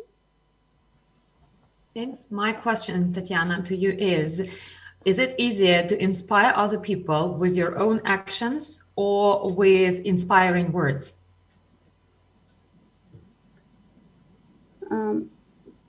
I think that it doesn't matter, because if you are a great person, if your actions are right, you can inspire them in different ways. Thank you. Thank you, Tatiana, and thank you everyone for your questions. Now we can move on to our next speaker, and our next speaker is Alexandra Tereshchenko with her speech, "Making decisions is not easy as it seems." Hello everyone, can you hear me? Yes, we can hear you. Are you ready to begin? Yes. So we can begin. Okay. Everyone is selfish in their own way. I agree. There are a lot of kind, reliable, and selfless people among all the mankind. But they are also concerned on their own thoughts and feelings. I'm not saying they are bad, unreliable, or rude. The selfishness is just a natural habit for everyone. There is no person who can live without their own needs, because we all are very different. Everyone has their own wishes, desires, and hopes. It's clear that every person is unique. It would be hard to find at least two people who would have the same way of thinking, and I consider it is just normal. Based on that, I can say that as many people live in our world, as many minds they share. The main thought is that we can't divide such minds into good and bad. I should say that there are thousands of different solutions for solving the problems. Part of them might be the right ones, while others are not. Unfortunately, making mistakes is natural for every person in our world. I don't think that when we want to decide something, we should listen just to everyone. While some of our friends and relatives may suggest good ideas or give good advices, the others might do vice versa. And that is why I don't think that it's the best route to change, engage our voices. I guess it cannot be possible and pleasant for every person. Now it seems that the best way to change engaged voices is listening to majority. But there are a lot of incidents when the majority was wrong. So when making an important decision, you shouldn't first of all rely on yourself. You should rely on yourself. I'm not saying that listening to others is a taboo. It would be even better to hear as many others' advices and ideas as we can. But we should remember, while making a decision, the responsibility has been relied on us. So, making a conclusion, I'd like to say that we can accept the other people's thoughts, but we should rely only on ourselves. Thank you for your attention. That's all. Thank you, Alexandra. And now, questions, please.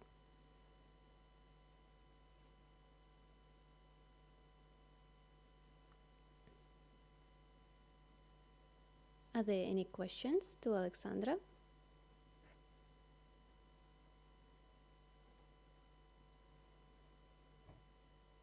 If there are no questions to Alexandra, then we can move on to our next speaker. And to mention one thing, that Ilya Medvedev, unfortunately, due to some technical issues, cannot join us today, so he doesn't participate in the competition. And we move on to Daria Prokopiev with her speech, Leading Does Not Mean Influential. Daria? Thank you, Anastasia. I'm ready to start. Great. So we can begin. Hello, everyone. I have a question for you. Have you ever wondered about when people start to change something? Well, this usually happens when we are not fond of a particular situation in our life, and the main aim is to make things better. I bet most of you have heard a story in which a girl breaks up with a boyfriend, and after that she immediately rushes to the nearest beauty salon just to chop her hair off. Or there is another situation. We may sit on the couch and be like, I crave changes. And what we do then? We go on Pinterest and switch our previous wallpaper to another. Wow, such changes are truly immense, aren't they? Okay, a joke is a joke, but what about those significant changes? Those we should make to resolve global problems. See, many people tend to hope that someone else will come and solve their own problems. The great majority says that the world is unfair and terrible. So doesn't this mean that we are unhappy with our own situation?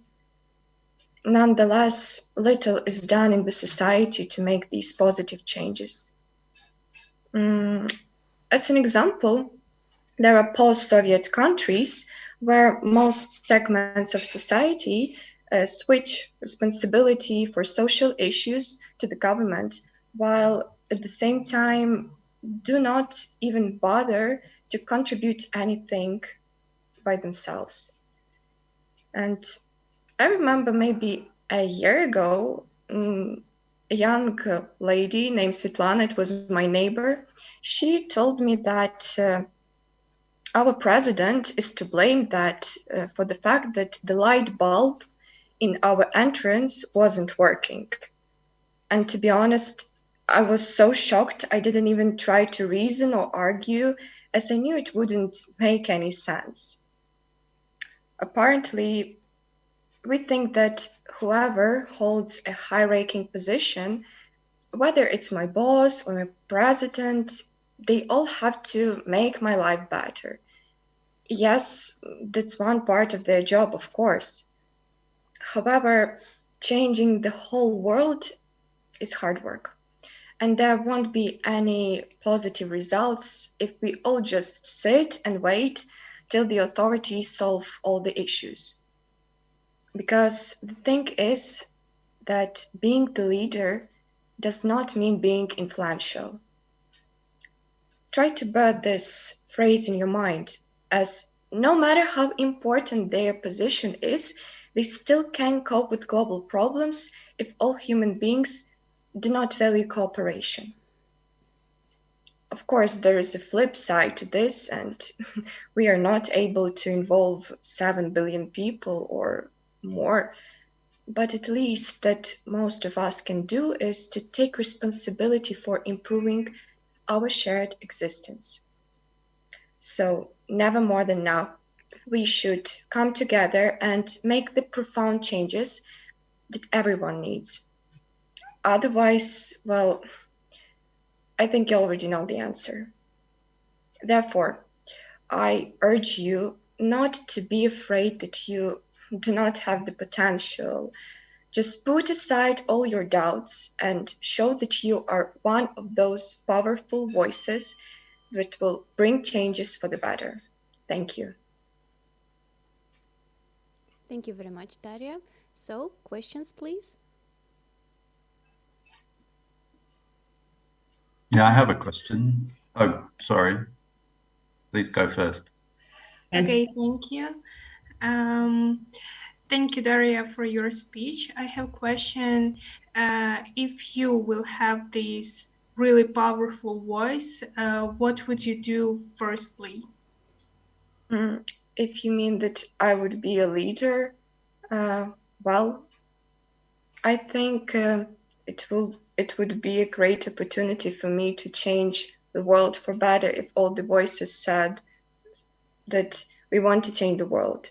So it will be an honor for me to move all these voices, as you've said, to better changes, to change our world.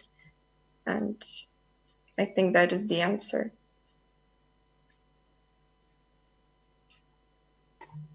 My question was, I read a book once which made a very big impression on me because it was perfect logic about what is the difference between a great leader and a good leader. And I was surprised by the answer, but I would love to hear your answer. What is the difference between a great leader and a good leader? Well, I think that, leader has people to not maybe to rule, but at first we have to remember that you don't have to like show off that you're a leader and you have to do all the work, all these people. I think leader is that who has the control, but also in his interest to help other people to make these changes and not to be like, I'm the best, I'm the first one, and you have to make all my work. I think that is the difference, because in my life, I've seen many leaders who just say and don't do anything, just put all their work on other people. So I think that is the difference. Okay, great. Thank you. I've got a question as well. Well, Daria, are you satisfied with your present situation, and what steps do you take to improve it or to make it even better? Well, I don't like to say that, as I said, that world is unfair and terrible. I try to make those changes, and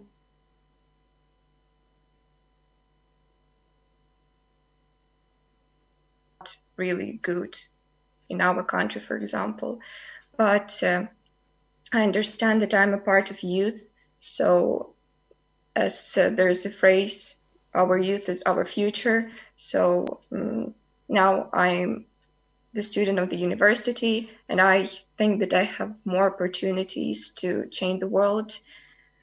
I still do not know all the concepts, how to make it better, but I get information, what problems do we have, and I try to figure out how to solve them.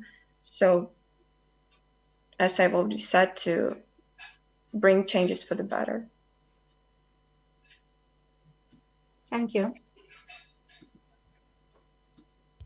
Thank you, Daria, and thanks everyone for questions. Now we have our next speaker, and it's Nikita Saidov. With his speech, Democracy, is it the best political system? Thank you. Can you hear me? Yes, we can hear you. Are you ready to begin? Yes, I'm ready. So good, we can begin. Okay. As the proverb goes, there's safety in numbers. Being together increases chances of survival for every member of the group, as it is much safer and more consistent than wandering on your own. Crowd strategy was being used for ages, and in most cases has proved its efficiency. But there is one simple difference between a group and a simple gathering. The first one will always have a leader or some kind of controlling organ, which in case of our ancestors decided where to go, how and when to gather food, etc. Thus, the quality of the life in community mostly depends on the regulating system. Since 6000 BC, time when first big civilizations emerged, people through trial and error have been looking for the best type of government. First came the autocracies, with all the power concentrated in hands of one person who was usually supported by the rich. For this time, the system wasn't bad, but it had one major problem. It could be easily destabilized. Remove the leader and everything falls apart. What's more important, it had a built-in self-destruction mechanism. How come, can you ask? No matter how good an autocracy is, it will always come down due to the incessant attempts to seize power, riots, and geopolitical reasons, because not every voice is considered. In the 17th century, another form of rule emerged. It was a kind of autocracy, but this time the power was limited by the constitution and ministry. Such a system allowed for engaging more voices and thus making more justified solutions. But it still was far enough from ideal.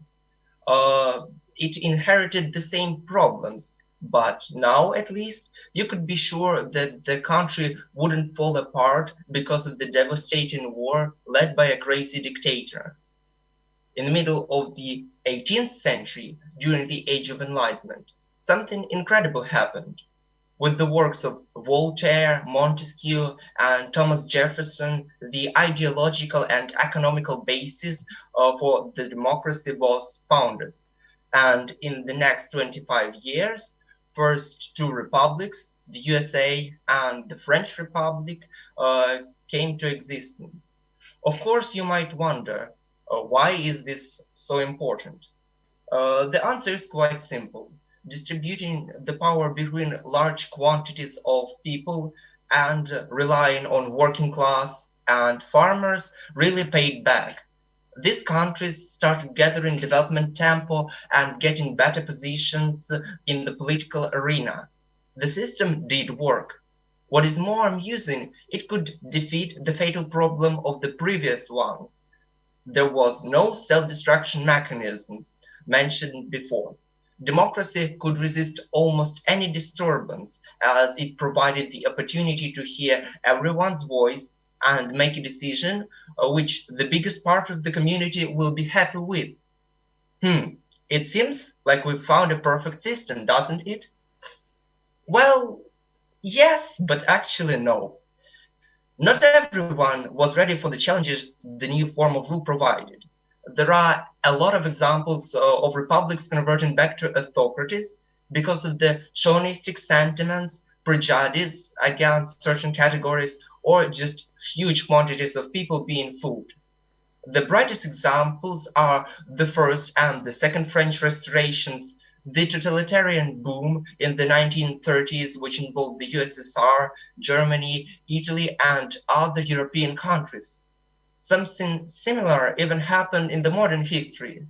In 2014, Russia attempted to capture the biggest part of Ukraine after our country got rid of the dummy president and the nation managed to open its eyes. It can be easily seen that the biggest forte of democracy is also its weakness. Uneducated society, which can be wisely guided by autocracy, will fall apart when converted to our new best system. And thus, although being the best form of government yet created, democracy requires thinking community and people who can learn and analyze. So next time you see somebody saying, oh, that the education can save our world, don't take them skeptically. Thank you. Thank you very much, Nikita. Do we have any questions? Okay, Nikita, you've given us such a profound review of different forms of governments. Thank you. It was really interesting. But the question is, can you predict that any new form of government opposite to all the previous existing ones come up? Or shall we come back to some well-checked historic way of power, of governing countries, people? Like, what are your progressive ideas? Okay, in my opinion, the democracy is the best political system because it can hear everyone and decide whether something is good or not. But as I mentioned before, it requires a really well-educated society. So everything depends on the level of education we have. In my opinion, you can't find a system which will hear everyone's voice, make justified decision when the nation is not really intellectual, or I don't know, when somebody don't know how to analyze things, you can't hear their opinion and with this opinion make something good. For example, I can say that it's important to hear everyone's opinion, but there can be cases when somebody just talks something really crazy, and when we take it into account, we can harm the country and other people.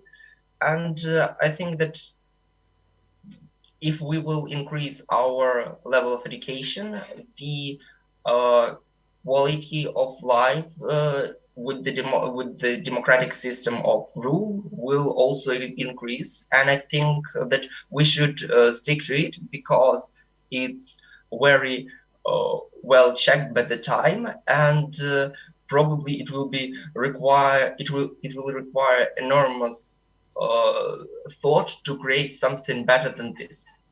Thank you. Any more questions? I have a question. Thanks for your speech, Nikita. There's been a lot of discussion in the past few years that democracy has become weaker.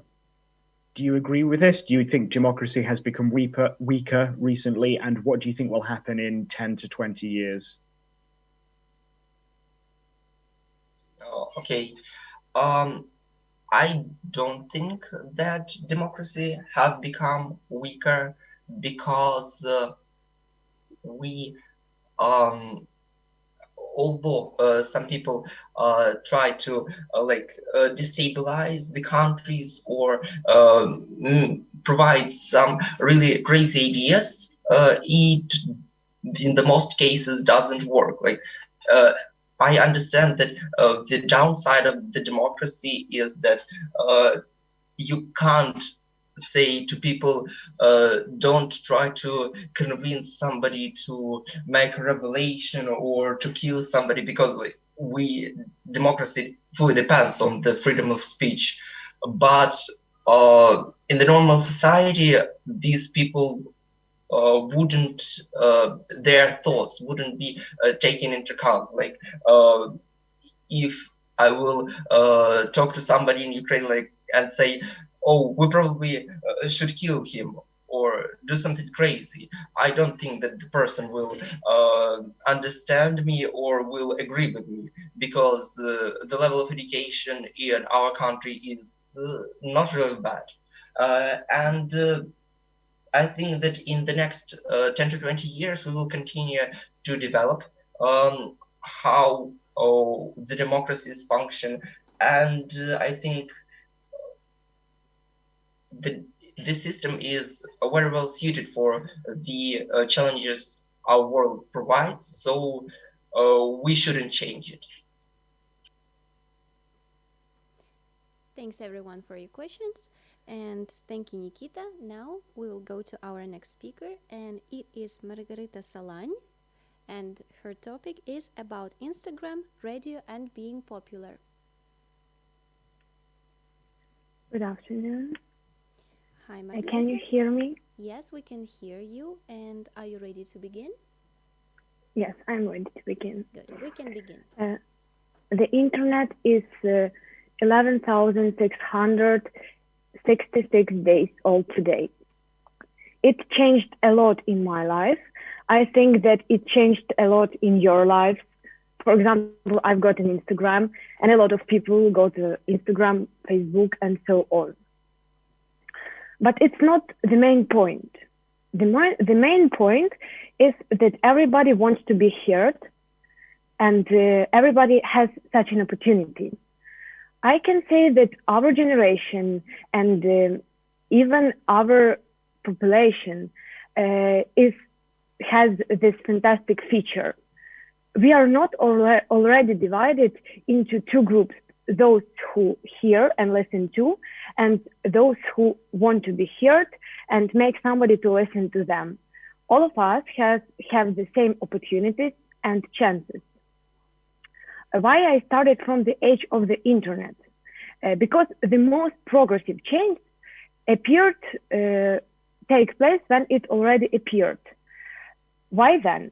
Because that time and this time and right now, every voice and every opinion can be heard. Have you ever thought why radio isn't as popular as Instagram, for example? I like radio. I enjoy listening to it because my grandparents like listening to radio. But the only thing I can do with it is just to listen. I can't answer that opinions. I can't communicate with the other side. And I feel like I'm a passive participant. None of us wants to be a passive participant. So what we actually do, we download Instagram and publish there some posts and leave there some comments or share our opinion with our friends or enemies or both of them. And only then big change takes place, because there are millions of ideas, weights and roots. At least one of them is genius, and at least one of them can make a revolution and become a real value for us. I can describe the other situation when there are millions of opinions and we have to gather them to find this solution. It's like a big puzzle, and if there is no one little puzzle left, this picture is unfinished, and we wouldn't hang it on the wall in our room. And if we already understand what is the opinion, what is the voice, who is the leader of opinion, I think it's the people who collect this puzzle, put them in the correct order. If there is no leader, the puzzles would be in the wrong order, but the leader is also useless when there are no puzzles. They have really important mission in our society, and they are responsible for their activity. When we are tolerant to all the voices, and when we engage every voice, we make the world better. And that's the main change. It doesn't mean revolution, but it means evolution. That's all for me. Thank you. Thank you very much, Margarita. So, judges, do we have a question? Yes, I have a question. Margarita, thank you for your presentation. Do you see any downsides to Instagram or other social media tools that we have today? You say everyone has a voice, but are there any negative aspects that we have to consider? Thank you. I think that there are some negative aspects, but it's normal because everything has some negative aspects. And this negative aspects teach us how to filter the information, how to sort the information, how to find the most important things for us. So we can put some positive aspects from this negative aspects, I think. Thank you. Thank you. I have a question. We know that internet did the education more available for people. However, a lot of people just waste their time in Instagram or TikTok. Did the internet do people cleverer or not? What can you say about this situation? In my opinion, it's the personal case of everybody, and everybody personally choose, should I spend 3 hours watching TikToks or learning something about mental intelligence or psychology, for example. I think that it's so hard to explain. Can it be harmful or useful for our minds? But it depends on how do you use it. Nobody makes you to sit on TikTok or to read some science books or articles in the internet. Okay, Margarita, I've got a question. I think you've evoked so many feelings in everyone, especially among those people who were born into the era of internet, not like us, tech dinosaurs. The question is, don't you think that it is possible that Instagram and other social media are being used nowadays as some global power to rule the minds of people? Even if we speak about some seeming freedom, it is very, very like preconditional. We are ruled, we are given, we are imposed some opinions, and it may in the long term have more negative impact than positive one.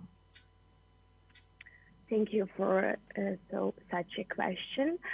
I think that not Instagram runs our minds, but our minds run the Instagram, and those negative things, those rude hating things we can see there are not because of the Instagram, but they are because of our thinking, of our kind of thinking. And if somebody writes some negative things there or publish some negative things there, I think that this person does it in real life, in offline, in-person life too. So it looks like a model of real world, of a model of in-person life. Thank you. Thank you. Thanks for the questions, and thanks, Margarita. Now we have our next speaker. It is Sergey Matvienko with his speech, "To create the best dance, we should engage all voices." Thanks. Can you hear me? Yes, we can hear you. Are you ready to begin? Yes, I'm ready. So, begin. Good afternoon, everyone. I'm Sergey Matvienko from beautiful city Kropivnitsky. Today, I'm going to tell you about the topic which is called "To create the best dance, we should engage all voices." First of all, I would like to say that I'm a professional ballroom dancer who has been dancing for 13 years. So I know a lot about this kind of sport. Well, when you or your coach come up with the idea of new performance, we can only imagine some moments of the entire performance. So from this point, huge work begins. Firstly, we should find the most suitable song for our performance, with the text which will reflect the depth of our idea. We also can ask our producer to mix different parts of various songs, or to do other things which can be done only by a well-qualified person.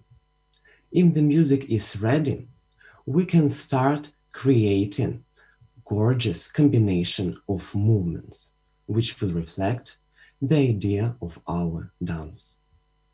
From my point of view, dance is a universal language. By using it, we can communicate with each other and even keep in touch with our ancestors. I mean that there is a great variety of dances which were created in order to express people's feelings and experience. There are wedding, combative, Christmas, and other types of dance which are devoted to special events. What is more, they have become an indispensable part of our culture. The next step is the outlook of each character. We always work with designers who can properly create our costumes, and with makeup artists who can make the outlook of each character complete and complement the entire performance. To my mind, body language is an important component of dance too. I think that dancers should be artistic too, because without this ability, they won't be able to express the message of the performance. So artistic classes have become an indispensable part of our life. When everything is done, we need to combine it and release our performance. I think that the best reward for our effort is applause and joy which can be noticed on people's faces. At that point, I feel really excited. I understand that everyone has done vital things to create this performance. It's a complex and team work which gives you unforgettable experience. All in all, as it says, united we stay, divided we fell. We always should be a team, communicate, support, and help deal with different troubles. One man, no man. So let's be a family. That's all for now. Thank you very much, Sergey. Any questions?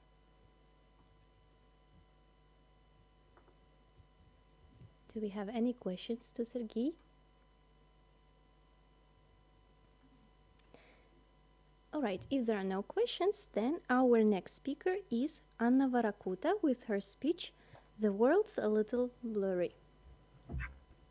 Okay, I'm ready. Good, so we can begin.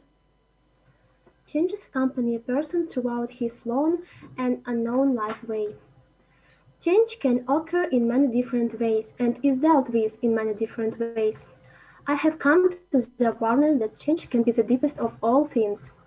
I'm not denying that changes are both positive and negative, but people so often miss positive changes in their lives because they're afraid of negative in their lives and simply deny that something good can happen and turn everything upside down. As for you, are you afraid of changes in your life? If your answer is yes, uh, if your answer is if you're not sure about your answer, just close your eyes and imagine yourself in a year in another city or even country. Imagine that all your values and dreams have changed and something that meant a lot for you has now turned into memories of the distant past. You no longer have the problems and worries that bothered you lately. Your life has completely changed and you appear before the world as a completely different person with new, fresh thoughts. And now, I want to ask you the main question. Did these changes frighten you? If the answer is yes, I don't advise you to be even more afraid.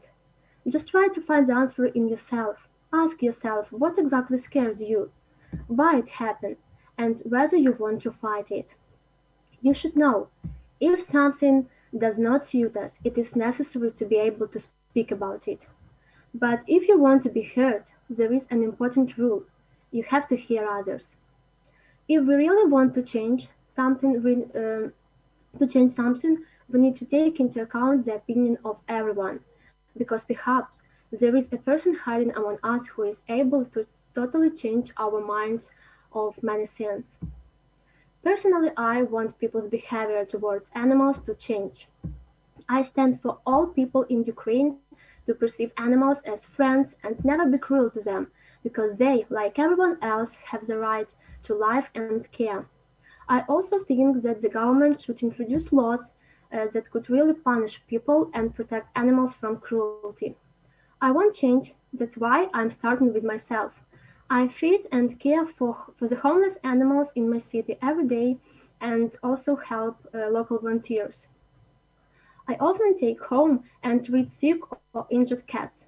I really want my voice to be heard as well as the voices of other people who want to help others, because only kindness can change our world for the better. I also encourage everyone to hear the voice of our planet. Very often we harm our planet and don't even think about the consequences. We allow ourselves to pollute the oceans and forests, leading to the vanishing of rare species of animals and plants, and we don't even think that this could ever lead to the vanishing of the humanity. And I'm very glad that the voice of simple Swedish environmental activist Greta Thunberg was heard. The girl attended the 2019 UN Climate Action Summit. Her speech there, in which she exclaimed, "How dare you?" was widely taken up by the press. I can't help but mention that a very important topic for today is also the topic of social equality and tolerance. Currently, millions of people around the world are in favor of personal development, regardless of social or financial status, and their voices must be heard immediately. I completely agree that everyone is given the same opportunities, and for development, a person for development, and the person, depending on his potential, uses these opportunities. Our world is really blurred, and there are many contradictions in it. Everyone knows the laws and rules, everyone understands this, and much of it is spelled out in the legislation. But understanding and following these rules are different things. We realize that we need to hear everyone, but sometimes we are so selfish, thinking that we understand something better. Animals and ecology suffer from this selfishness, but in the end, man suffers most from it. But the truth is that only when everyone is heard, we will be able to live in harmony, peace, and tranquility. Thank you. Thank you, Anna. Are there any questions to Anna? Okay, Okay, Yulia, go ahead. Yeah, my question is, how much courage does a person need to speak up like Greta Thunberg did? Oh, I think that a person should be really hard and educated person, because it is very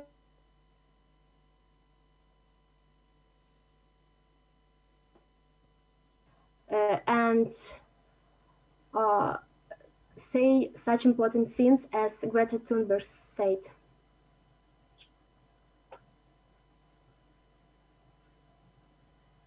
Okay, thank you. I've got a question as well, Anya, for you. Well, what changes are you afraid of? I think that I'm really the person who afraid of changes, and I'm afraid maybe um, to um, to leave my parents and go straight, because now I think I'm very young to be um, to be alone. Okay, thank you. I've got a question too. Should we plan the changes in our lives to not be afraid or just meet them as they come? Of course, we should meet them because changes it is important and simple thing in our life. Thank you.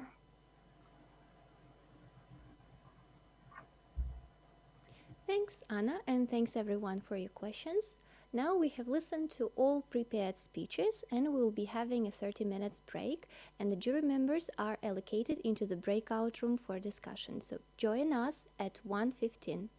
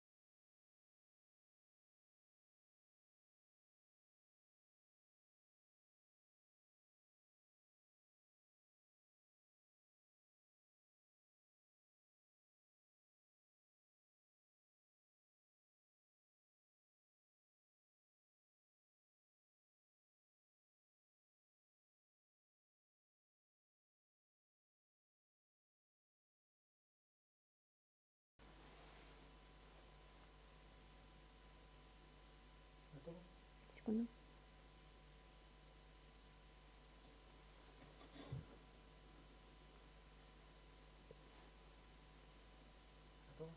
Угу.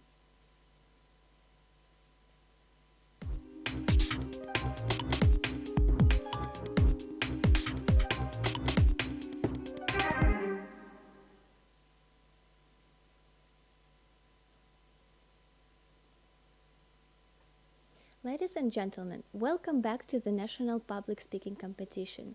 Now we will get to know the names of the finalists, and I'm giving the floor to the judges.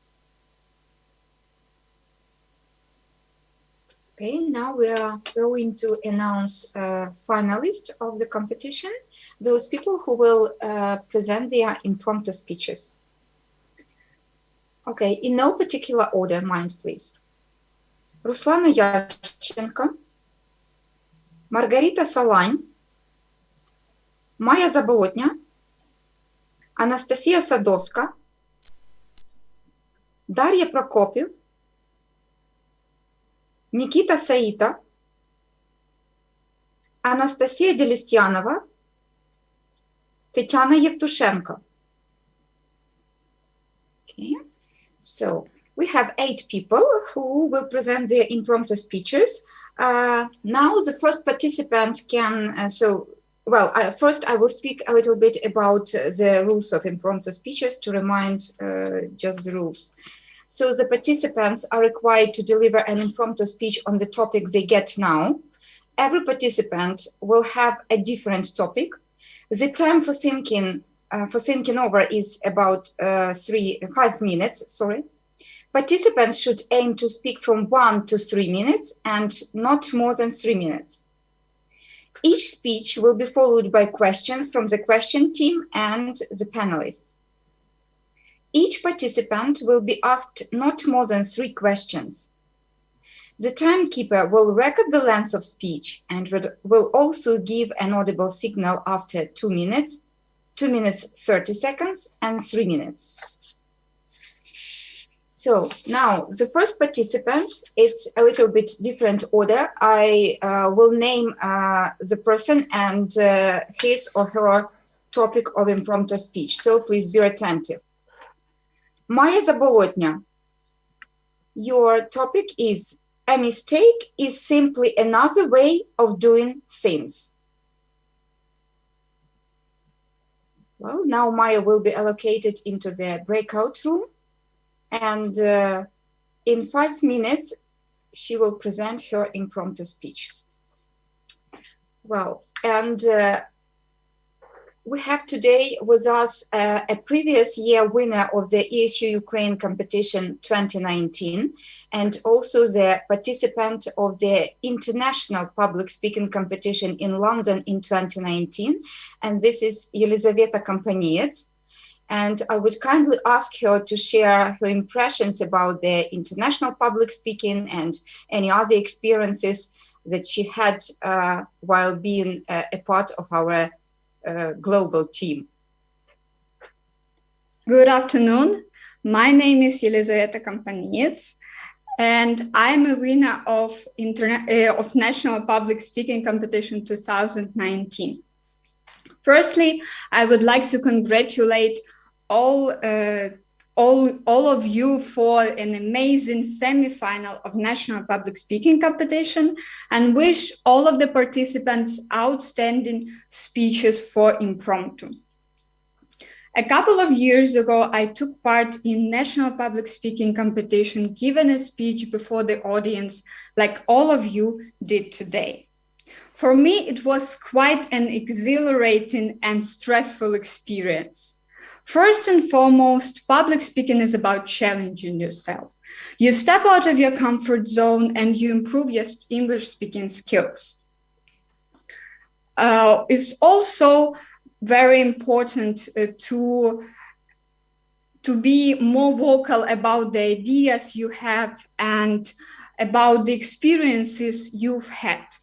When I went to London for an international public speaking, improving yourself was one of the key topics of the entire trip.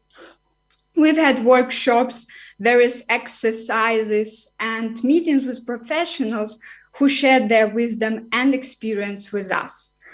They were promoting not only public speaking as an integral part of an individual's personality and development, but also critical thinking, confidence, etc. We've had a lot of lessons on the right body language and delivery, which are also crucial when performing before the audience. In London, I've met many amazing people who came there to represent their nations. It was the first time I've met so many people of different ethnicities, backgrounds, races, and mindsets. We all came to London to express our opinion, discuss the issues, and the thoughts we had growing up in different environments. Cultural exchange is a vital part of public speaking competition. From interactions with people, you find out thoughts and ideas you never had, connections between two things you never considered. Interestingly, the topic for today's prepared speeches echoes the general purpose of public speaking, and it's listening to others and to expressing your own opinion. Only in that case of understanding other points of view, as well as expressing your own experience, sharing your own experience, the change is possible. Over the course of the competition, I forged many new connections, and I still keep in touch with other contestants to this day. We video chat every year to keep each other updated on our lives. For many people, myself included, this competition was a tremendous boost and encouragement to pursue other goals and dreams. It gave me an advance in my speaking abilities, performance skills, as well as in my personal life, where I learned to be more vocal and express my opinion more clearly. Before, speaking a foreign language before the public was anxiety-inducing for me. And although it's still an overwhelming experience, I find that with each performance, I become more confident and more willing to express my opinion and share my thoughts with other people. Since the end of the competition, I'm more willing to welcome new opportunities and experiences which lead me out of my comfort zone, because unexpected things can lead you to fascinating locations. For all of the participants, I would like to wish that you always put yourself out there, overcoming the fear of embarrassment. May you express your personal, unique opinion, because your thoughts matter and your worldview is one of a kind. I wish you amazing future opportunities and good impromptu speeches. Thank you. Thank you, Lisa. Thank you. That was very inspiring, I guess. Yeah. Well, Nastya, I'm giving the floor to you now. So, are we ready with the first speaker? We have only 1 minute for the preparation. Just 1 minute left. So, and we will close the breakout room, and we will have our first speaker. I'll just remind that it's Maya Zabolotnya, and her topic is "A mistake is simply another way of doing things." So we are waiting.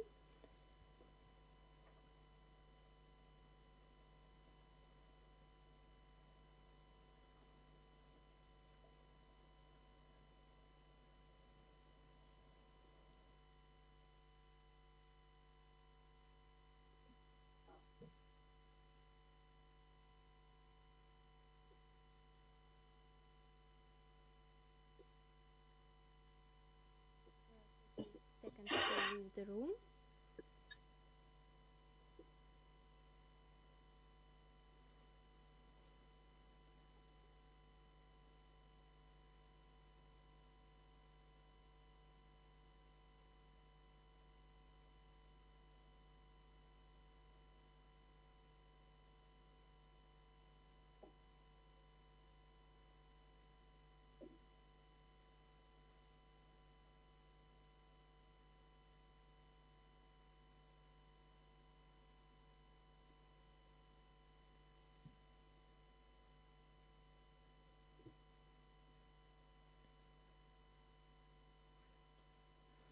So Maya Zabolotnya is here and she is ready to give her speech. Maya, are you with us?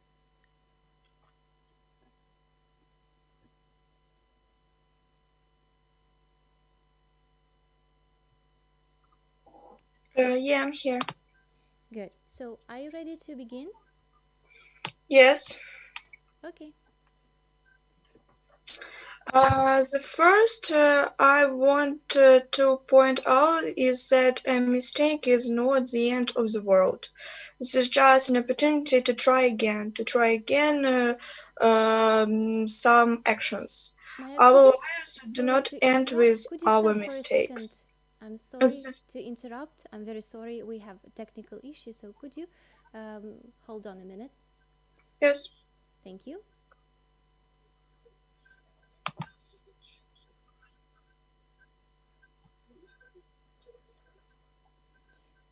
I'm really sorry for this. So are you ready to begin once again? Yes. Thank you. So we can begin. Okay. The first thing I want to mention that the mistake is not the end of the world. This is just the opportunity to try again. Our lives do not end with our mistakes. This is no reason to give up and do not do anything more. This is the beginning of new things, so that next time you do not make a mistake in achieving your goal, for example. For example, when a baby tries to walk for the first time and makes a mistake such as falling or trying step one foot twice, he does not throw everything, does not lower his hands, but goes and develops his skills. Throughout life, everyone makes mistakes, and I think everyone improve their skills doing these mistakes. But we have an exceptions. For example, I know one of my friends when he is made a mistake, he's throwing everything and I don't know what to do then. So it's his life. But I like with most of our world, when I do mistake, I just knowing myself, I will go to the last to achieve my goal.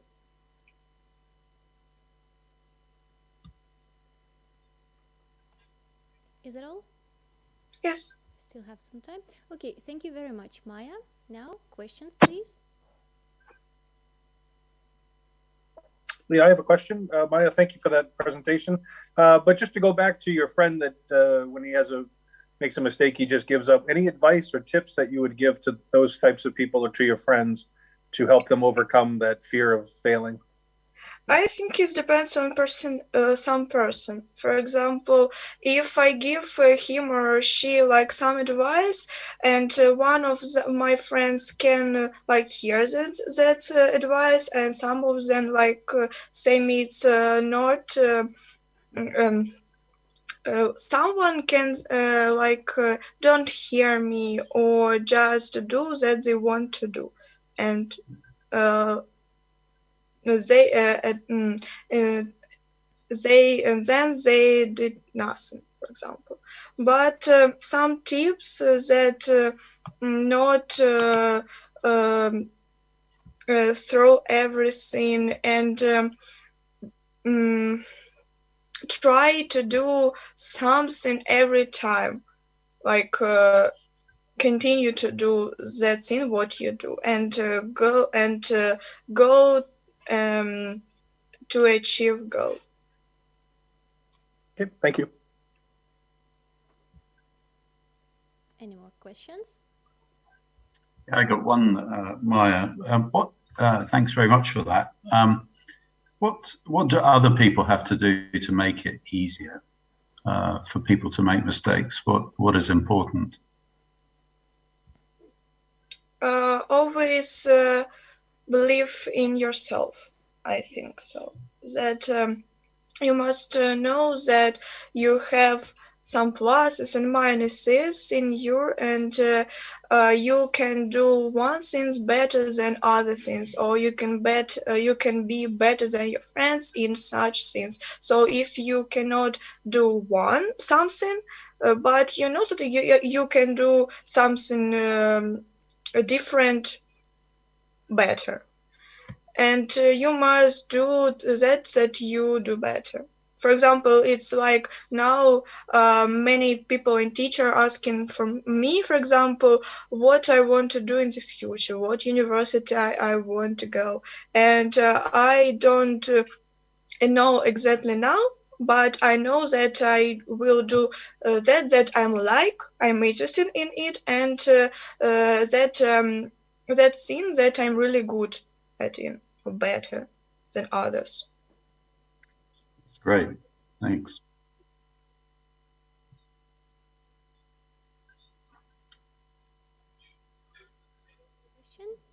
Maybe somebody has. I have a question. So can you say that maybe sometimes people should say thanks for such opportunity as doing mistakes? I think so. Thank you for your question. It's really interesting, but I think so that yes. But sometimes mistake can be bigger than they can be bigger, and sometimes we cannot do something after this mistake. But it's like writing a test in the school. You did a mistake, but in future, well, you will do another test more important. You know that you did this mistake, but you know, like you mustn't do this mistake one more time. You didn't do it in future, for example. Thank you very much, Maya, and thanks for the questions. And now we will allocate into the breakout our next speaker. This speaker is Anastasia Sadovska, and her topic is Believe You Can, and You Are Halfway There.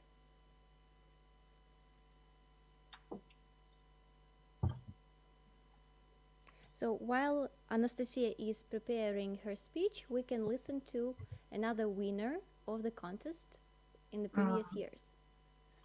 I'm sorry she's not here because she was supposed to be here at 2 o'clock. So that's why she is not, because we finished the first part of the competition earlier. Well, I suggest some people from the jury members will share their opinions. So, well, maybe Yulia, Duncan, so you may speak at this point of the competition, not at the end, okay? Just as for to analyze prepared speeches. Okay, and next time, so first we shall give the speech to another person and to allocate him or her into the breakout room, okay? And we shall listen to the impromptu speech. Nasty, okay, thanks. Mm-hmm. So, Duncan. Okay, thank you everyone for having this great opportunity to listen to your wonderful ideas. And every time I participate in this great event, I feel personally inspired, despite being in a bit different age group, I would say. I learned so much from my students, and I truly and really appreciate your participating in it. I do believe that no matter where you land, whether you got to the final or you are in the semi-final, for us all, you are the winners, because you dared, you put your ideas to paper, you presented them to us, you answered to our questions, which, believe us, were not to trick you, but just to hear your wonderful thoughts, and probably for ourselves to understand certain things to which we haven't got answers yet. That is why we do invite you to take part next year as well, and to follow the activity of ESU, because it's not the only event. Yes, we do have many occasions, we do give many opportunities to you to present yourself, to put yourself to the next step on your road to success. And we'll be really grateful if you let us follow you on this road and get a little share of your life success. Thank you, everyone.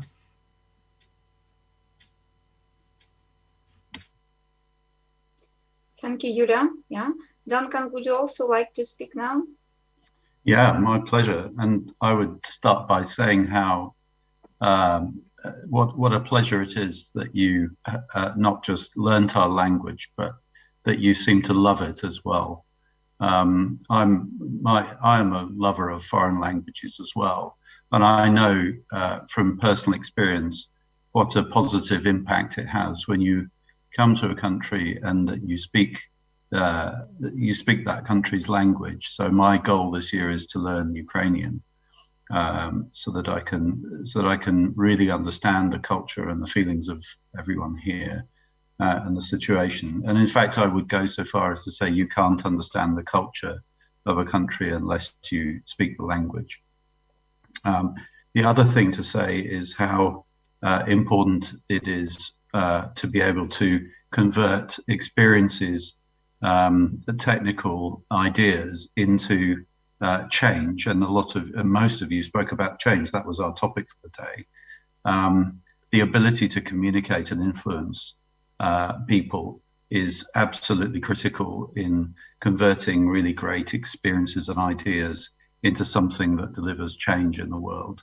And I'm pretty sure that President Zelensky, when he recently announced a real push for English language in schools and universities, really had that in his mind, is to give Ukraine its voice in the world and all the talent and qualification and potential that we have here. And when I hear Elizaveta speak and about her visit to London, that really is an expression of that. However, it is a terrifying experience to stand up and speak in a way, but in somebody else's language. It is, and also by Zoom, which has become our habit, but is not our preference. It's become a necessity in the world that we live in now. So I and the other jurors, we congratulate you for overcoming any fear you might have had of public speaking, but also to be able to do it by Zoom. We were very impressed.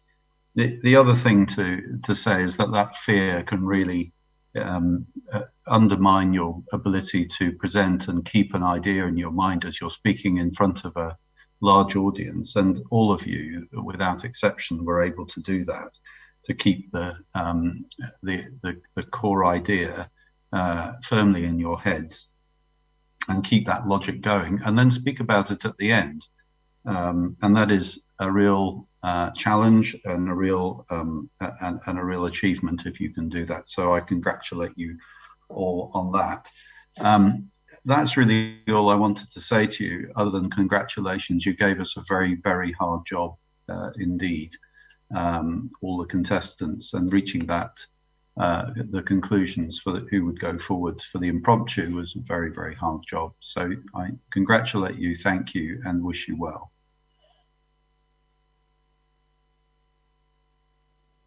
And thank you for your words. Now we have our second speaker ready with her speech, but before we will allocate the next speaker into the breakout room for preparation. And this will be Ruslana Yashenko with her speech, "Education is not preparation for life. Education is life itself." And now I want to invite Anastasia Sadovska to give her speech on the topic "Believe You Can," and you are halfway there.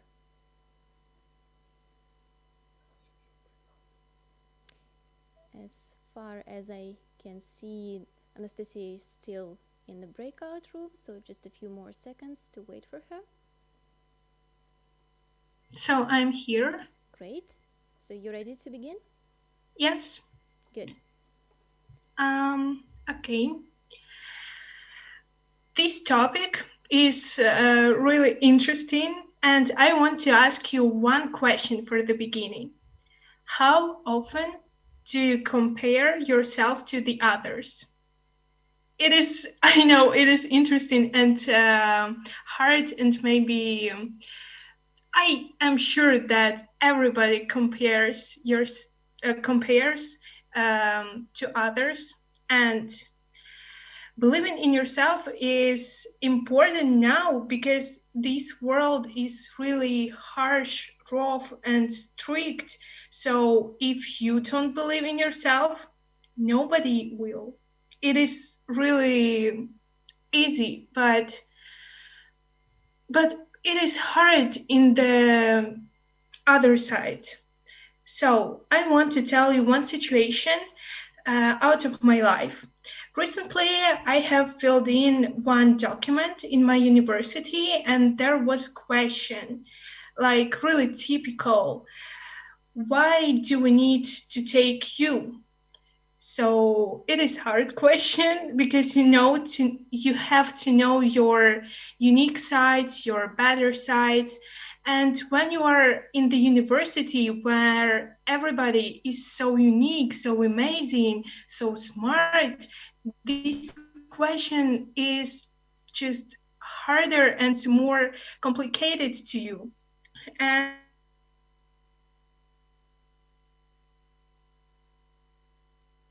on it, and believing in yourself is hard because there are always so nice people around you. And but I want to ask another question. What makes you unique? You have to know it because maybe you are so good in painting, so good in making speeches, and this and what helped me to know my better side. It is funny, but it was TikTok because there were so many people who supported me, who even another people from the USA who showed that you are unique, your body is good, your brain is good, you're smart, and believe just in yourself. So the main thing in the believing in yourself is support. So please find people who will support you. I know it's hard, but it's the main thing. It's the main thing as for me. Thank you. Thank you very much, Anastasia. And a little thing here about the breakout room. Ruslana Yashenko, our next participant, could you please join the breakout room?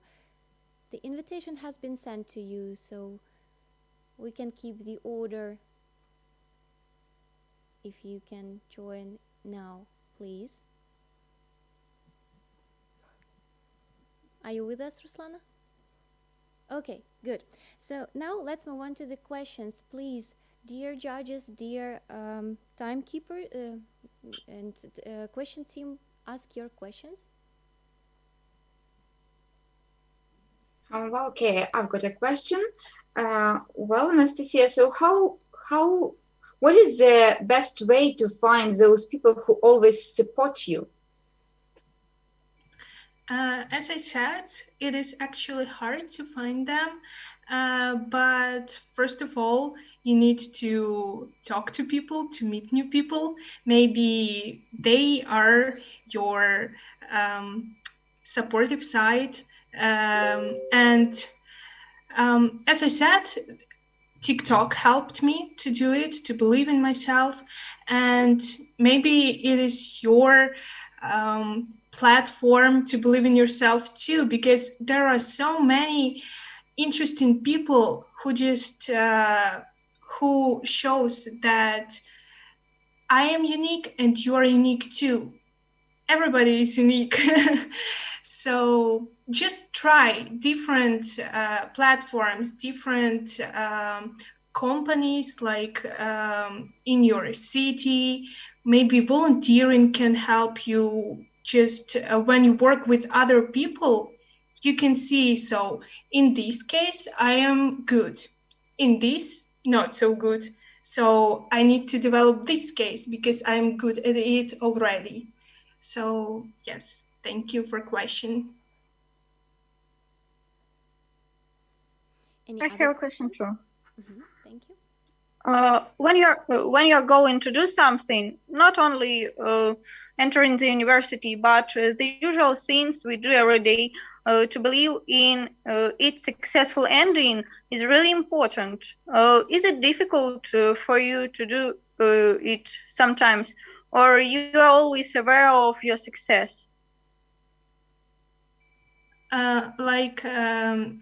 Is it easy for me to believe in myself, in my success? Yes. I think that there are always different things which doesn't help me to believe in myself, but we just need to understand that, okay, I have problem. So this problem can break me or make me stronger. So if we choose to be stronger, we will be stronger. And it helps me every day to figure out different problems, to figure out different bad thoughts in my brain, which are always because, as I said at the beginning, we always compare ourselves to others, and we need to struggle with it. Thank you. Okay, good. Are there any more questions? I have a question. Yes, please. If you're in an environment where you don't have any support, how should a person convince themselves of their own abilities? It is a really good question. Thank you. I think the main thing in this case is reflections.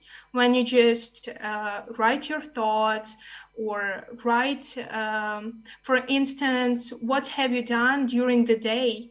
And it is important to write like, I did it, so I am good, I am great. And it is important to know that, for instance, you have these supportive friends, but at the same time, you have to motivate yourself too. Like, as I said, due to these reflections or something like that. And actually, we are on the 21st century. We have Skype, we have Zoom. We can call people who are who supports us. So. All right. So thanks everyone for the questions, and thank you, Anastasia. Now we have our next speaker, but before, again, we will allocate another speaker to the breakout room. So another speaker is Nikita Saitov, and his speech is on the topic, a friend is someone who gives you total freedom to be yourself.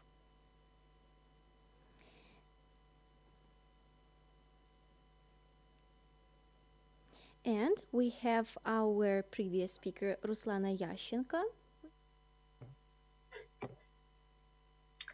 Yes, I'm ready. Okay, great. Now, just wait a second. We will make sure that the next speaker has joined the breakout room, and we will begin.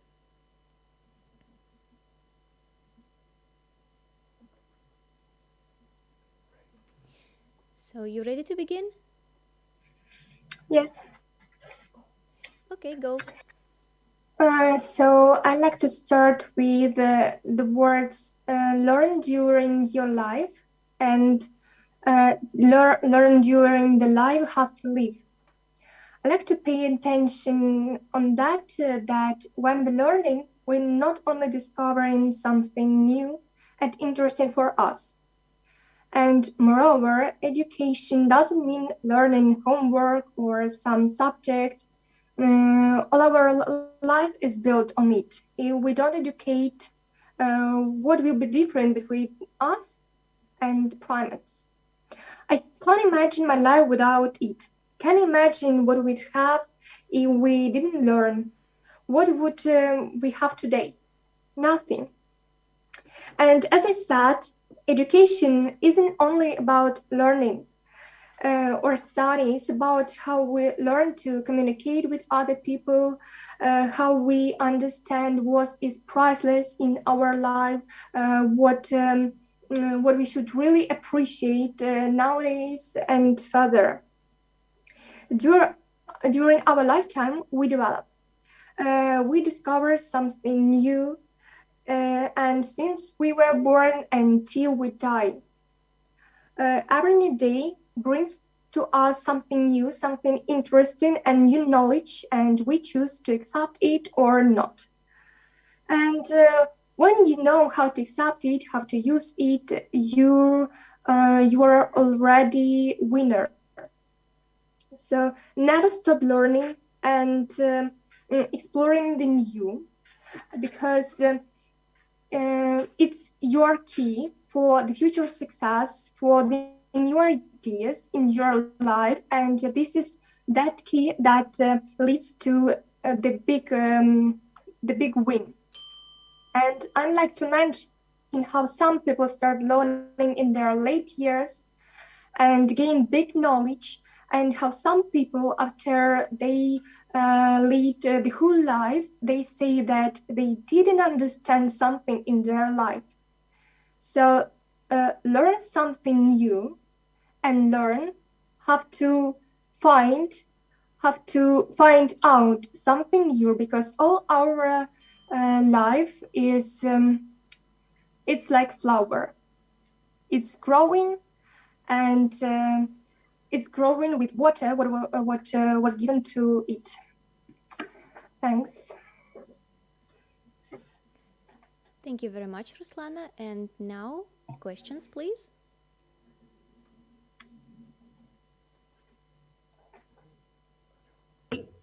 Can I ask you a question, Ruslana? Just for now, like, we understand you are a student and a hardworking student, but can you describe the best life lesson you've been taught so far? Life lesson. Okay, thank you for a question. I should say that to be a student is a big responsibility, but we should not forget about that we have our private life, and something can happen in our life. So recently I understood that in this life, it's important not only to study all the time, all the day, as I did before, and we should also pay our attention on something interesting, some hobby or something else. I think that this is also such a lesson for us, useful lesson when we can rest and gain some new knowledge. So this is the lesson I've got. Thank you. Any more questions? I have a question. Yes, please. Ruslana, if you were the Minister of Education and Science of Ukraine, what would you change about the education system here? Yes, I very often thought about it, and there is one thing I not very like.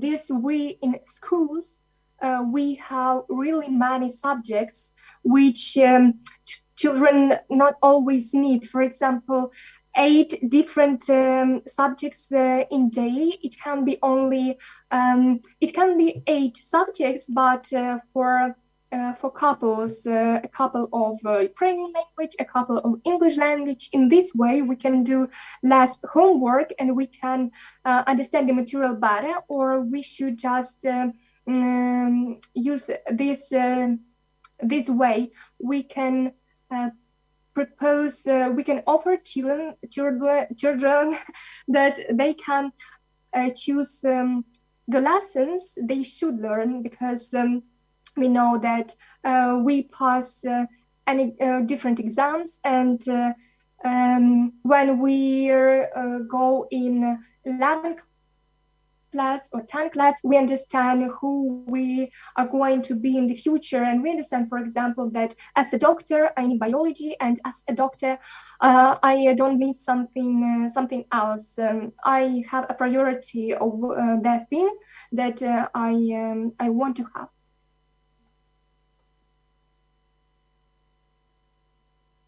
That's all.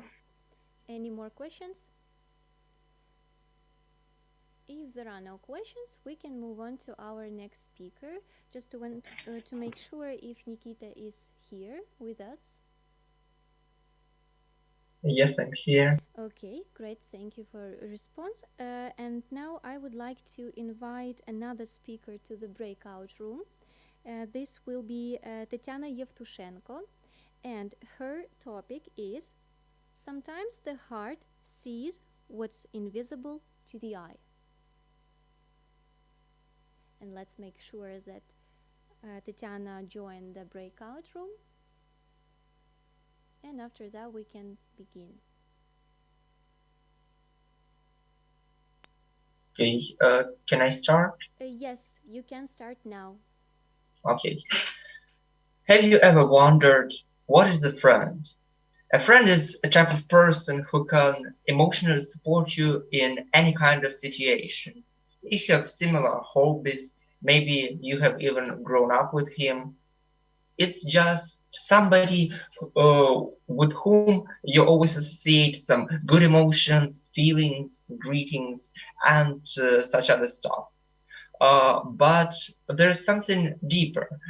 For example, many just people who you live with can also show such emotions. Like they can seem to be care about you and help you in many situations. The real understanding between friends comes when it is about understanding and tolerance. For example, if you are really if you can really say that you're friends with the person, you will not pay attention to what color of skin he is or what his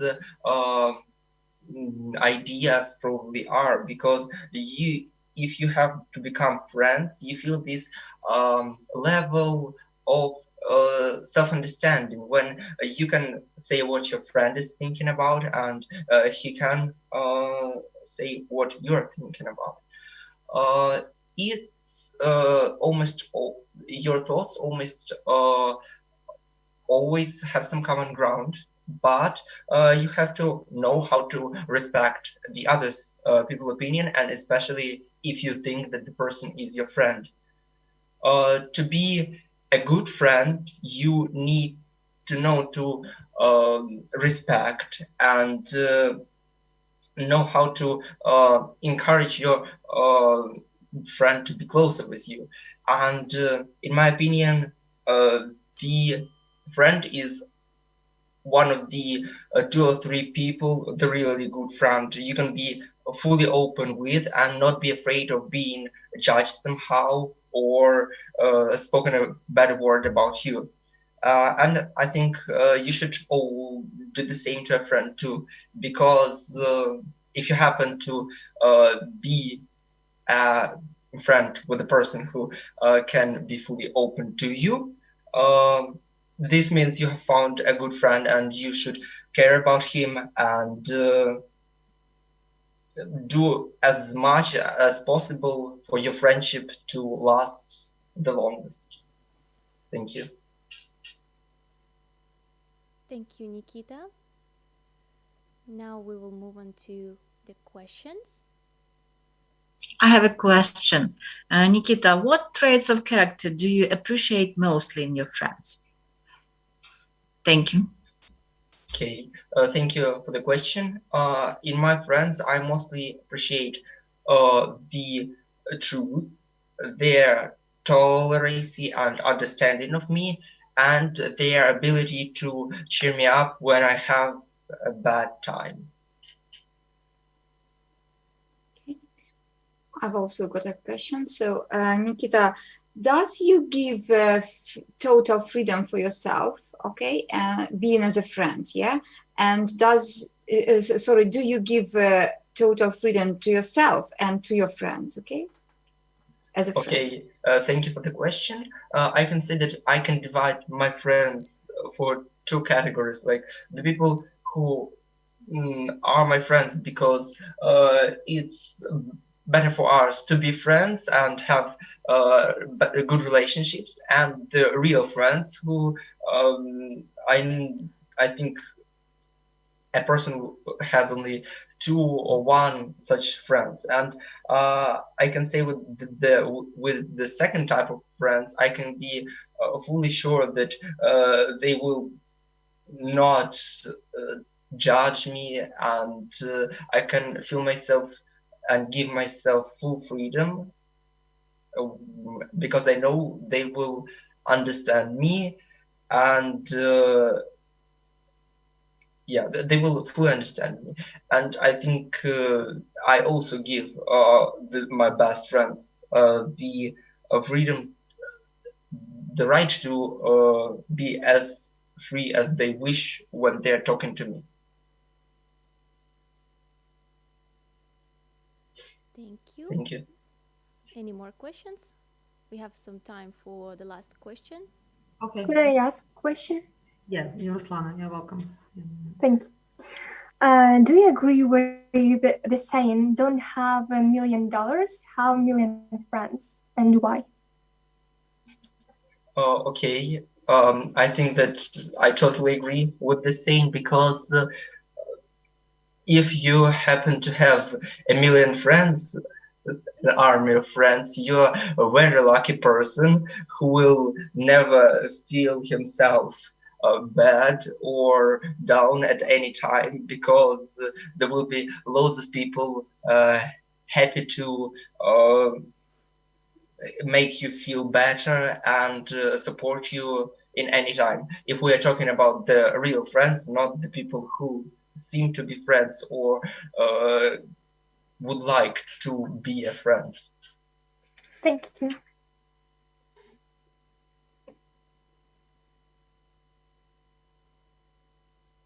Thank you everyone for your questions, and thank you, Nikita. And just to make sure that we have our next speaker with us, Tatiana Yevtushenko. Are you with us? Yes, I'm here.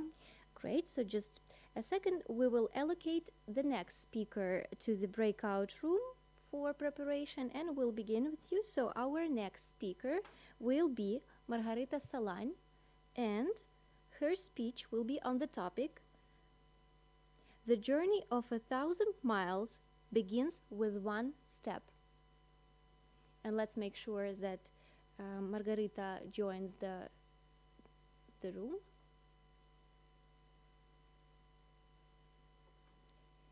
Okay, good. So, are you ready to begin, Tatiana? Yes.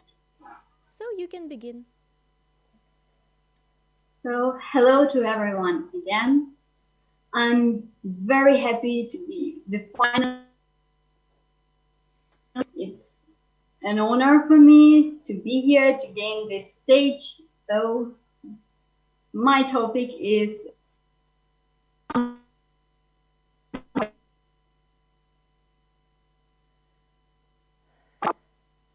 I completely agree with this statement. There are a lot of people in the world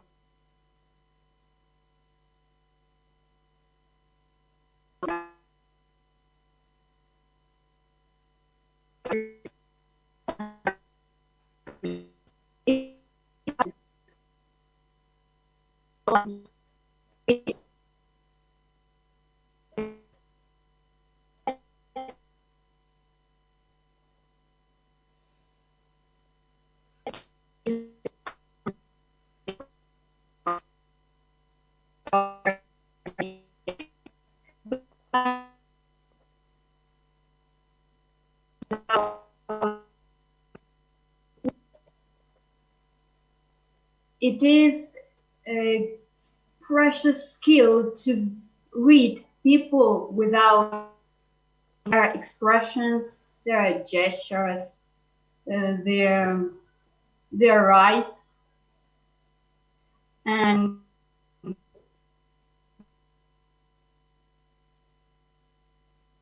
words. So if you can read these features of other people, you can read people without talking to them. So how to understand that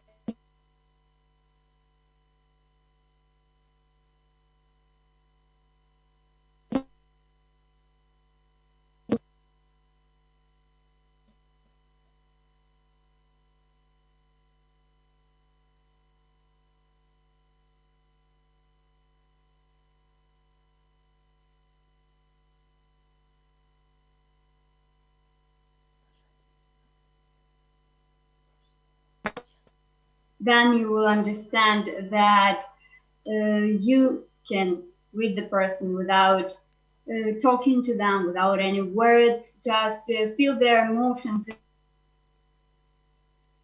So yes, I agree that heart can see the things that are invisible for our eyes.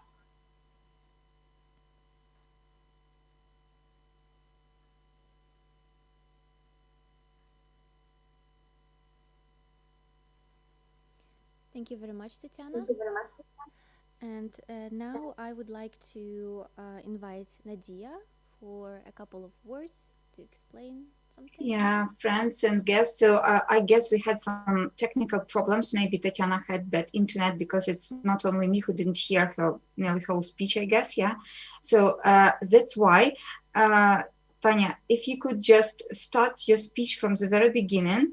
Okay. So I guess it would be fair because we didn't hear the you know, just the bigger part of your speech. So it happens. I'm sorry. So can you hear me now? Yeah, okay. Okay. So again, I would say that I'm very happy to be here, to be the finalist, and to gain this stage. My topic is sometimes hard, feels and sees the things that are invisible for our eyes. There are a lot of different people around the world, but there is a thing that gathers us together, makes us one part of human being. It is our feelings. Every day we feel happy, angry, sad, anxious, anxiety, and so on. It is a part of our day-to-day life. So, but have you ever catch yourself on a thought that you can understand a person without any word, without talking to them? If yes, then you can surely say that you can read people and their emotions, because our eyes, our gestures and expressions says a lot about us, about our feelings and moods. So how to teach yourself to read people is to not to be selfish and try to listen to other people, to their opinions, to their thoughts. Just quiet yourself and devote yourself to listening to the other person. Be honest, of course, with this person and with yourself. Then you understand that without words, it is even possible to understand people without talking to them, without words. So, yes, I completely agree with the statement that sometimes hearts see these things that are invisible for our eyes. That's all. Thank you, Tatiana. And now we will move on to questions. Are there any questions you want to ask?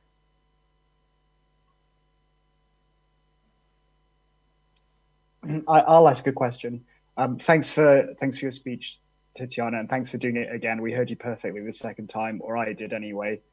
My question is, what do you think is more reliable, the heart or the eyes, if you're making a judgment about a person? Thank you for a question. I think that eyes are more reliable. Talking to them, to people, you know, you can lie with your words, in your speeches, but you will never hide the truth in your eyes. There is a lot of psychological theories where when people lie, they look in some sites. I really don't remember about that, but there are a lot of such things. So yes, eyes are more reliable. No more questions? I have one. Do you agree that even silence can tell you about the person? Yes, thank you for your question. Yes, I agree with this statement, with your statement, that without words, as I said, you can understand, you could read expressions, gestures, look into our eyes, follow the movements of the person. So yes, it is possible to understand people without talking to them. Thank you, Tatiana. So now we will move on to our next speaker. I believe Margarita Salan is with us. Yes, I'm here. Great. So, and just one more minute to make sure that Anastasia Delistyanova, our next speaker, will join the breakout room. And Anastasia, your topic is that which doesn't kill us makes us stronger. So just a second to allocate her into the breakout room.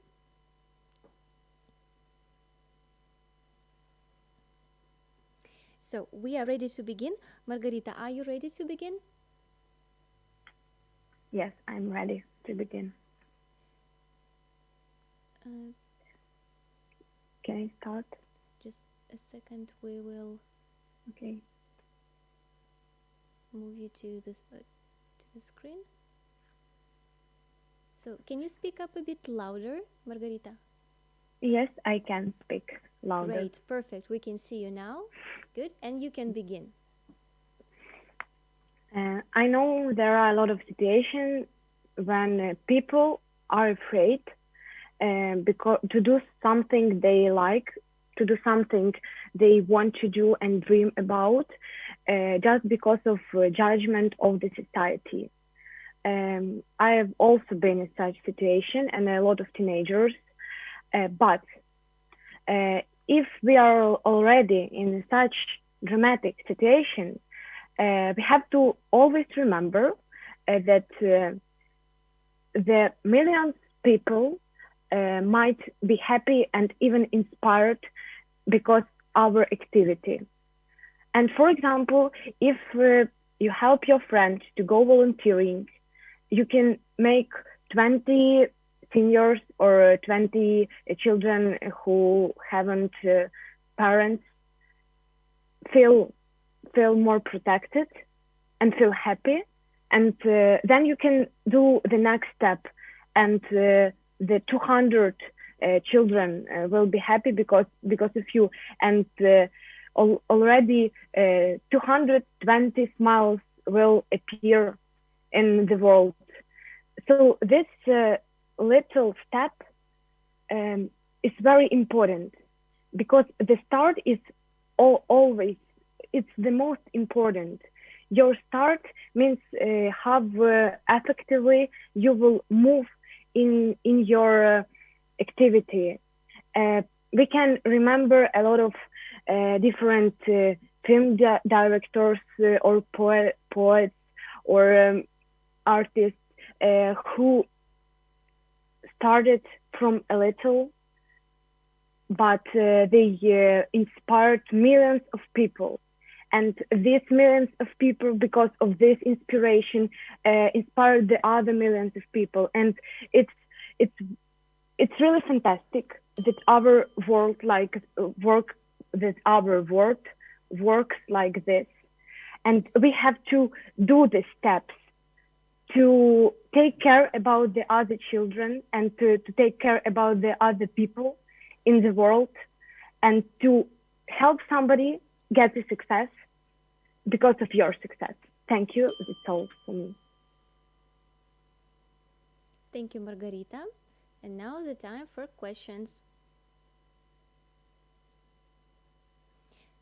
I've got a question for you, Margarita. So it says, the journey of 1,000 miles begins with one step. But what shall we do in order to make this first step? Firstly, I think it's really it's very easy, but I think we have to dream, because every step starts because of the dream, because of the goal. Firstly, you have a dream, and then you do this step, and you have to make something in your mind to build it in your mind. And exactly this will help you to make the other steps. Thank you. More questions to Margarita? Hey, can I ask you a question, Margarita? You seem to be a very brave and daring young lady, but what do you think? Have you already made enough steps on your road to success? And is it possible that at some moment you decide that that's not your way, you will not proceed, and without any pity, you will leave the chosen road and will make a step in a different direction? What do you think?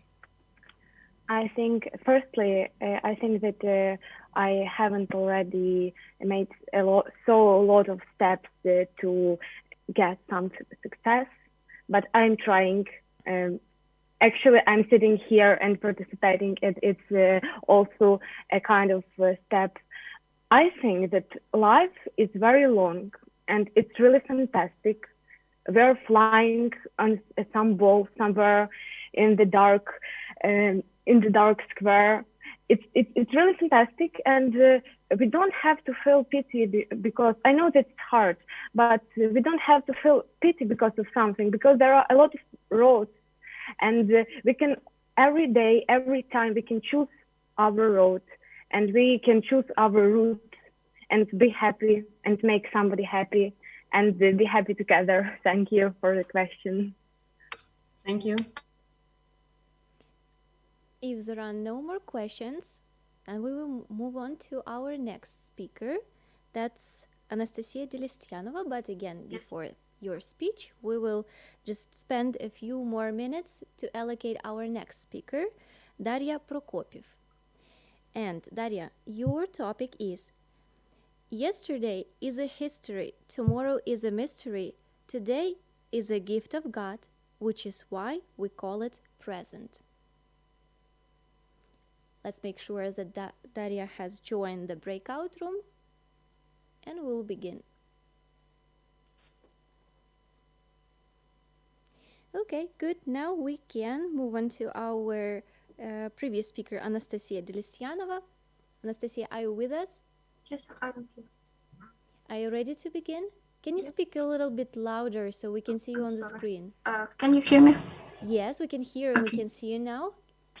Are you ready to begin? Yes. Good, so you can. The topic, my topic was that which doesn't kill us makes us stronger. I guess everyone has heard this saying even once in their life, or even there exists a song with this title in it. But is this actually true? Leaving our comfort zone is really important because that is the main thing that makes us become better.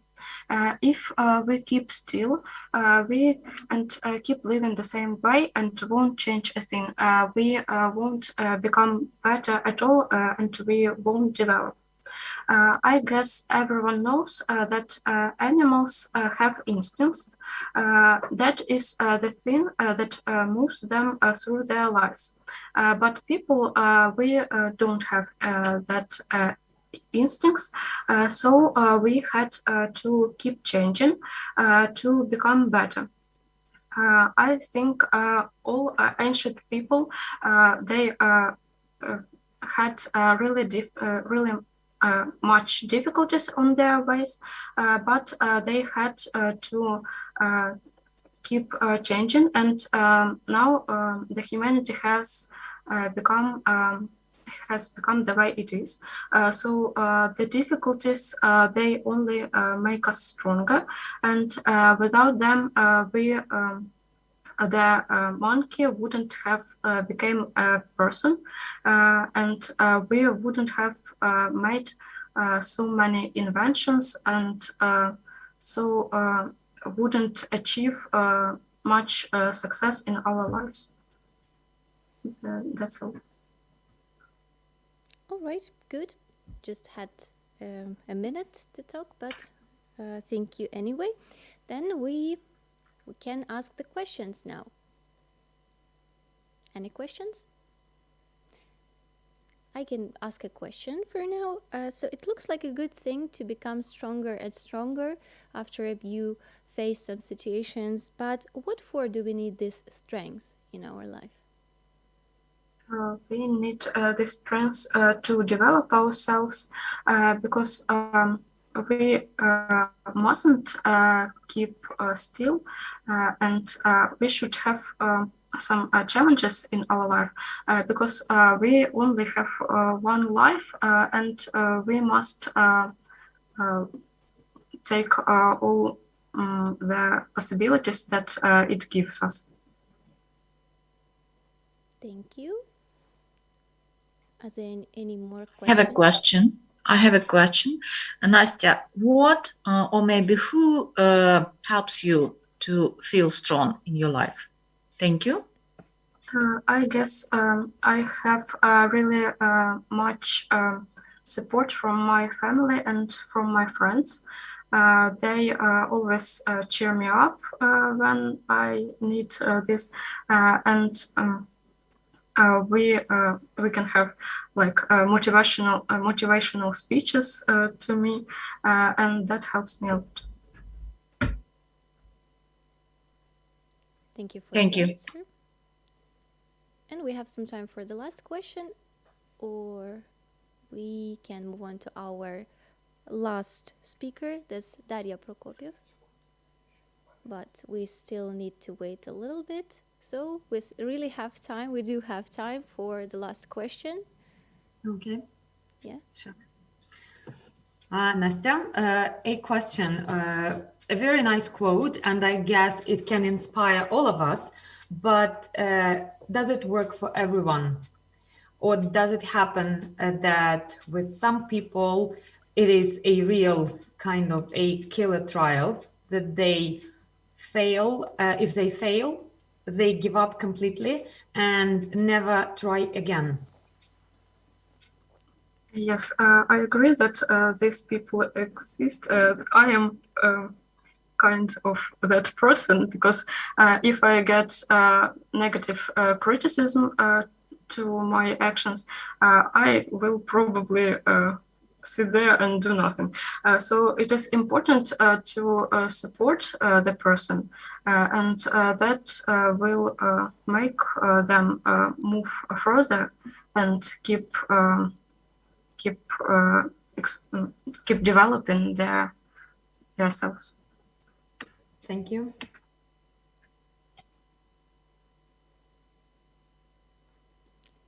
Okay, thank you for being sincere, and thanks everyone for the questions. And now we finally have our last speaker here with us. Daria, are you with us? Yes, I'm here and ready to start. Great. So you can begin. Thank you. Well, at first, I would like to say that this subject is really related to me, as I'm the person who always plan for the future, is afraid what will be tomorrow or over the year. But, you know, when I heard this phrase, I remembered a cartoon, Panda Kung Fu, when this little raccoon says that yesterday is history, tomorrow is a mystery, and today is our present. So appreciate it. And I think that at that time he was right, totally right, because the phrase live in the moment, it may sound simple because we are human beings and we have an incredibly difficult time enjoying our moment. But I think we should just stop and think that life is a very short period of time. It can be difficult to understand, but still it is. And we don't even know how much we will live, when we will die, how sad it wouldn't sound, but we should live today and appreciate this moment we spent with our friends, with family, with ourselves, because yes, I know that nowadays life just rushes and lots of things happen, and it's really difficult to concentrate on yourself, on your health, on even on your future. But we should focus on these things which are really important, not lose the time to spend, as I've said, spend time with your friends, with the people who you love, with doing what you love. It's very important because, as I already, as I've seen through my 18 years, that there are not many people who really enjoy doing what their job is or something else. So I think that living today will bring you peace, and nowadays it's really important to be peaceful and not get on much nerves. So again, it may sound really simple, just live in the moment, but stop planning too much and appreciate what is given to you today, and see that life won't be a disaster for you. Thank you. Thank you very much. Do we have any questions to Daria?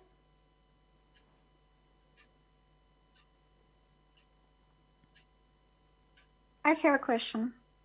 Yes, please. Daria, do you look at your past when you are thinking about your future? To be honest, well, first, thanks for the question. It's really interesting. I can't remember that I looked in the past. For me, the future is like much important, I would say. Of course, I took lessons from the past in order not to repeat them in the future. But still, as I said, we have to focus on today and to think who we are today, what we are doing today, and also see it as a perspective for the future. Thank you. Any more questions? I have a question. I also have a question. Daria, what would you choose? Like to study, for instance, like studying is not so maybe joyful, but it is important for our future, or to spend time with your friend. So it will be joyful now, but maybe not so important for the future. So what you would rather do?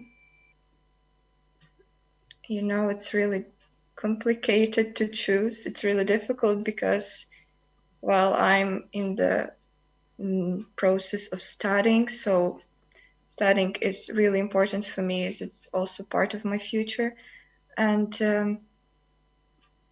as I see that my behavior is, I more choose to study, unfortunately, than to just spend time with my family and friends. It would be better to combine, have the golden middle, and to give time for your family, for people who you love, and also do your job, do what you have to do, what your responsibilities are. But still, I'm not this perfect person who can just collect it into this golden middle. So it's still really difficult for me. I also have a question. Can I ask, if you could travel in time, what time would you choose? Future or past, or what centuries? Have you ever thought about it? Yes, maybe most of people thought about this, and I would choose past. I don't know, maybe because I'm a little bit afraid of the future, because we see what's happening right now, and we don't know where it can lead us. But as I'm interested in history, I would like to go back in time and see how people just lived 100 years ago, or maybe centuries ago. So I would choose past, I think. Thank you, Daria. So it looks like we are almost done. We have listened to the last speaker, and now we will be having a 15 minutes break. The jury members will be allocated into the breakout room for discussion, and after this break we will get to know the names of the winner, the runner-up, and the audience will choose the best speaker. So join us in 15 minutes at 2:50, and thank you very much. Thank you. Thank you.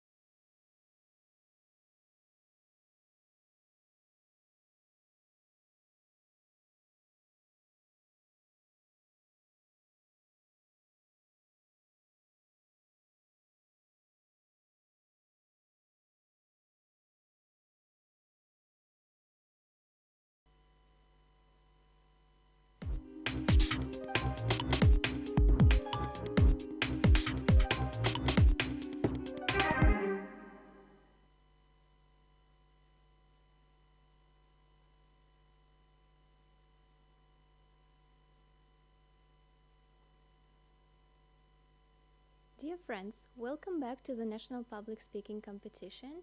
And now it's big time. We will get to know the names of the winner. And I'm really excited, so I can believe you are excited too. So I'm giving the floor to Nadia. Thank you, Nastya. Well, before the judges announce the winners, I'd like to thank all the finalists for their amazing, inspirational speeches and wonderful performance.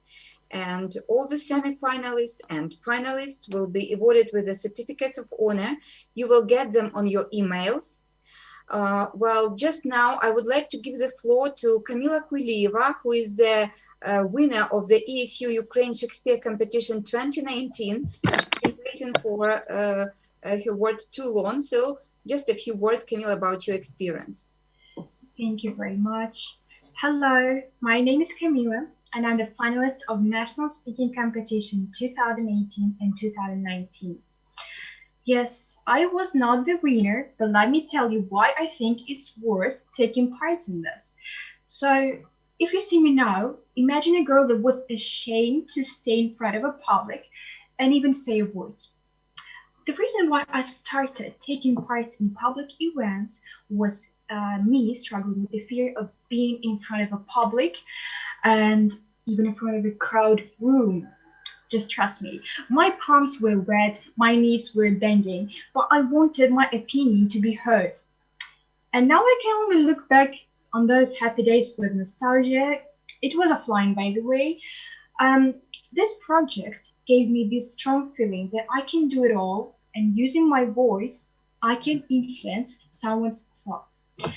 This unique competition gives young people a chance to express their views about the world.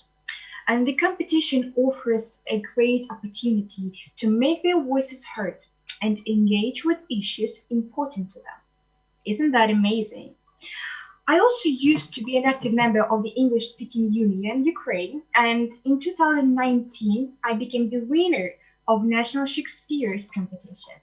And I got the great deal of experience and inspiration performing in front of a public, and just trust me, all this confidence and never comes for no reason. It's always a great work. So be brave enough to struggle with your own fears, share your thoughts, and take part in ESU projects. I want to finish my speech with the words that I love so much, of the words of George Russell. The human brain starts working the moment you're born and never stops until you stand up to speak in public. Thank you. Thank you, Kamila. Thanks a lot, and thank you for joining us today. Well, I would like to give the floor now to one of the jury members, okay, just to give a short feedback about today's speeches. James Whittingham, please, you're welcome. Thank you, Nadia.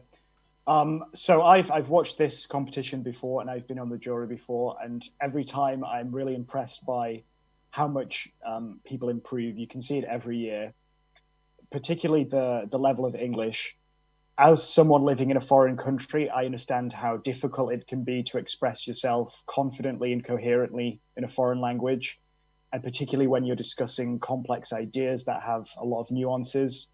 Speaking now, I really wish that I'd taken part in opportunities like this when I was younger instead of being too shy. I'm sure it would have helped me greatly.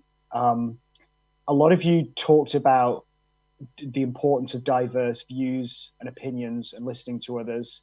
And I think I could really see that today in how differently you all interpreted the question statement.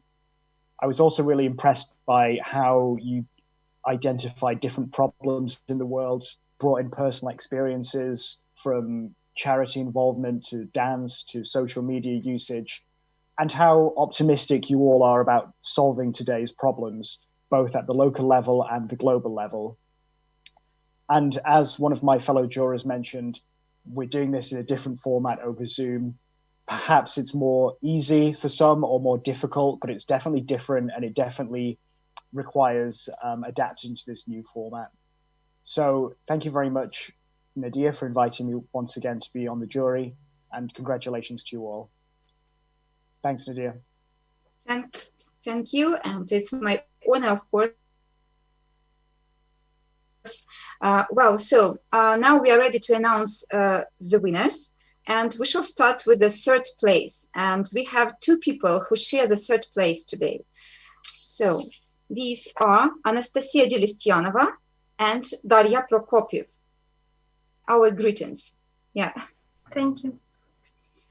Well, the second place. Well, there are also two people who share the second place. These are Anastasia Sadovska and Tatiana Yevtushenko.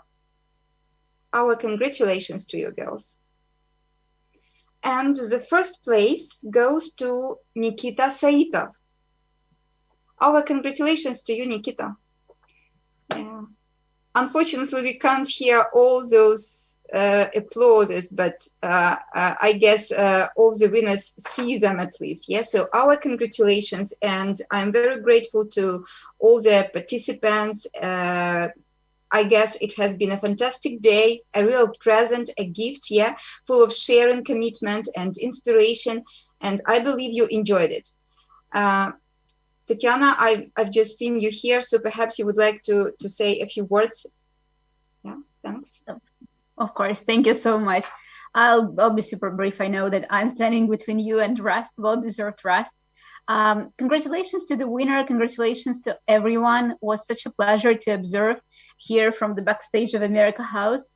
I will just echo what James mentioned. It's so hard to present online because you cannot feel this energy. You know, like in the real setting, you see the smiles, you see faces, and it's much easier. Online, you only see the screen and it's different. But you guys just managed to transmit this energy to us. So congratulations again. We're looking forward to hosting this competition next year, hopefully offline, Nadia. Really hope this problem will be solved. We will all reunite at America House as we did before. And thank you so much, members of jury, our judges. The questions were just amazing. I enjoyed them so much myself as well.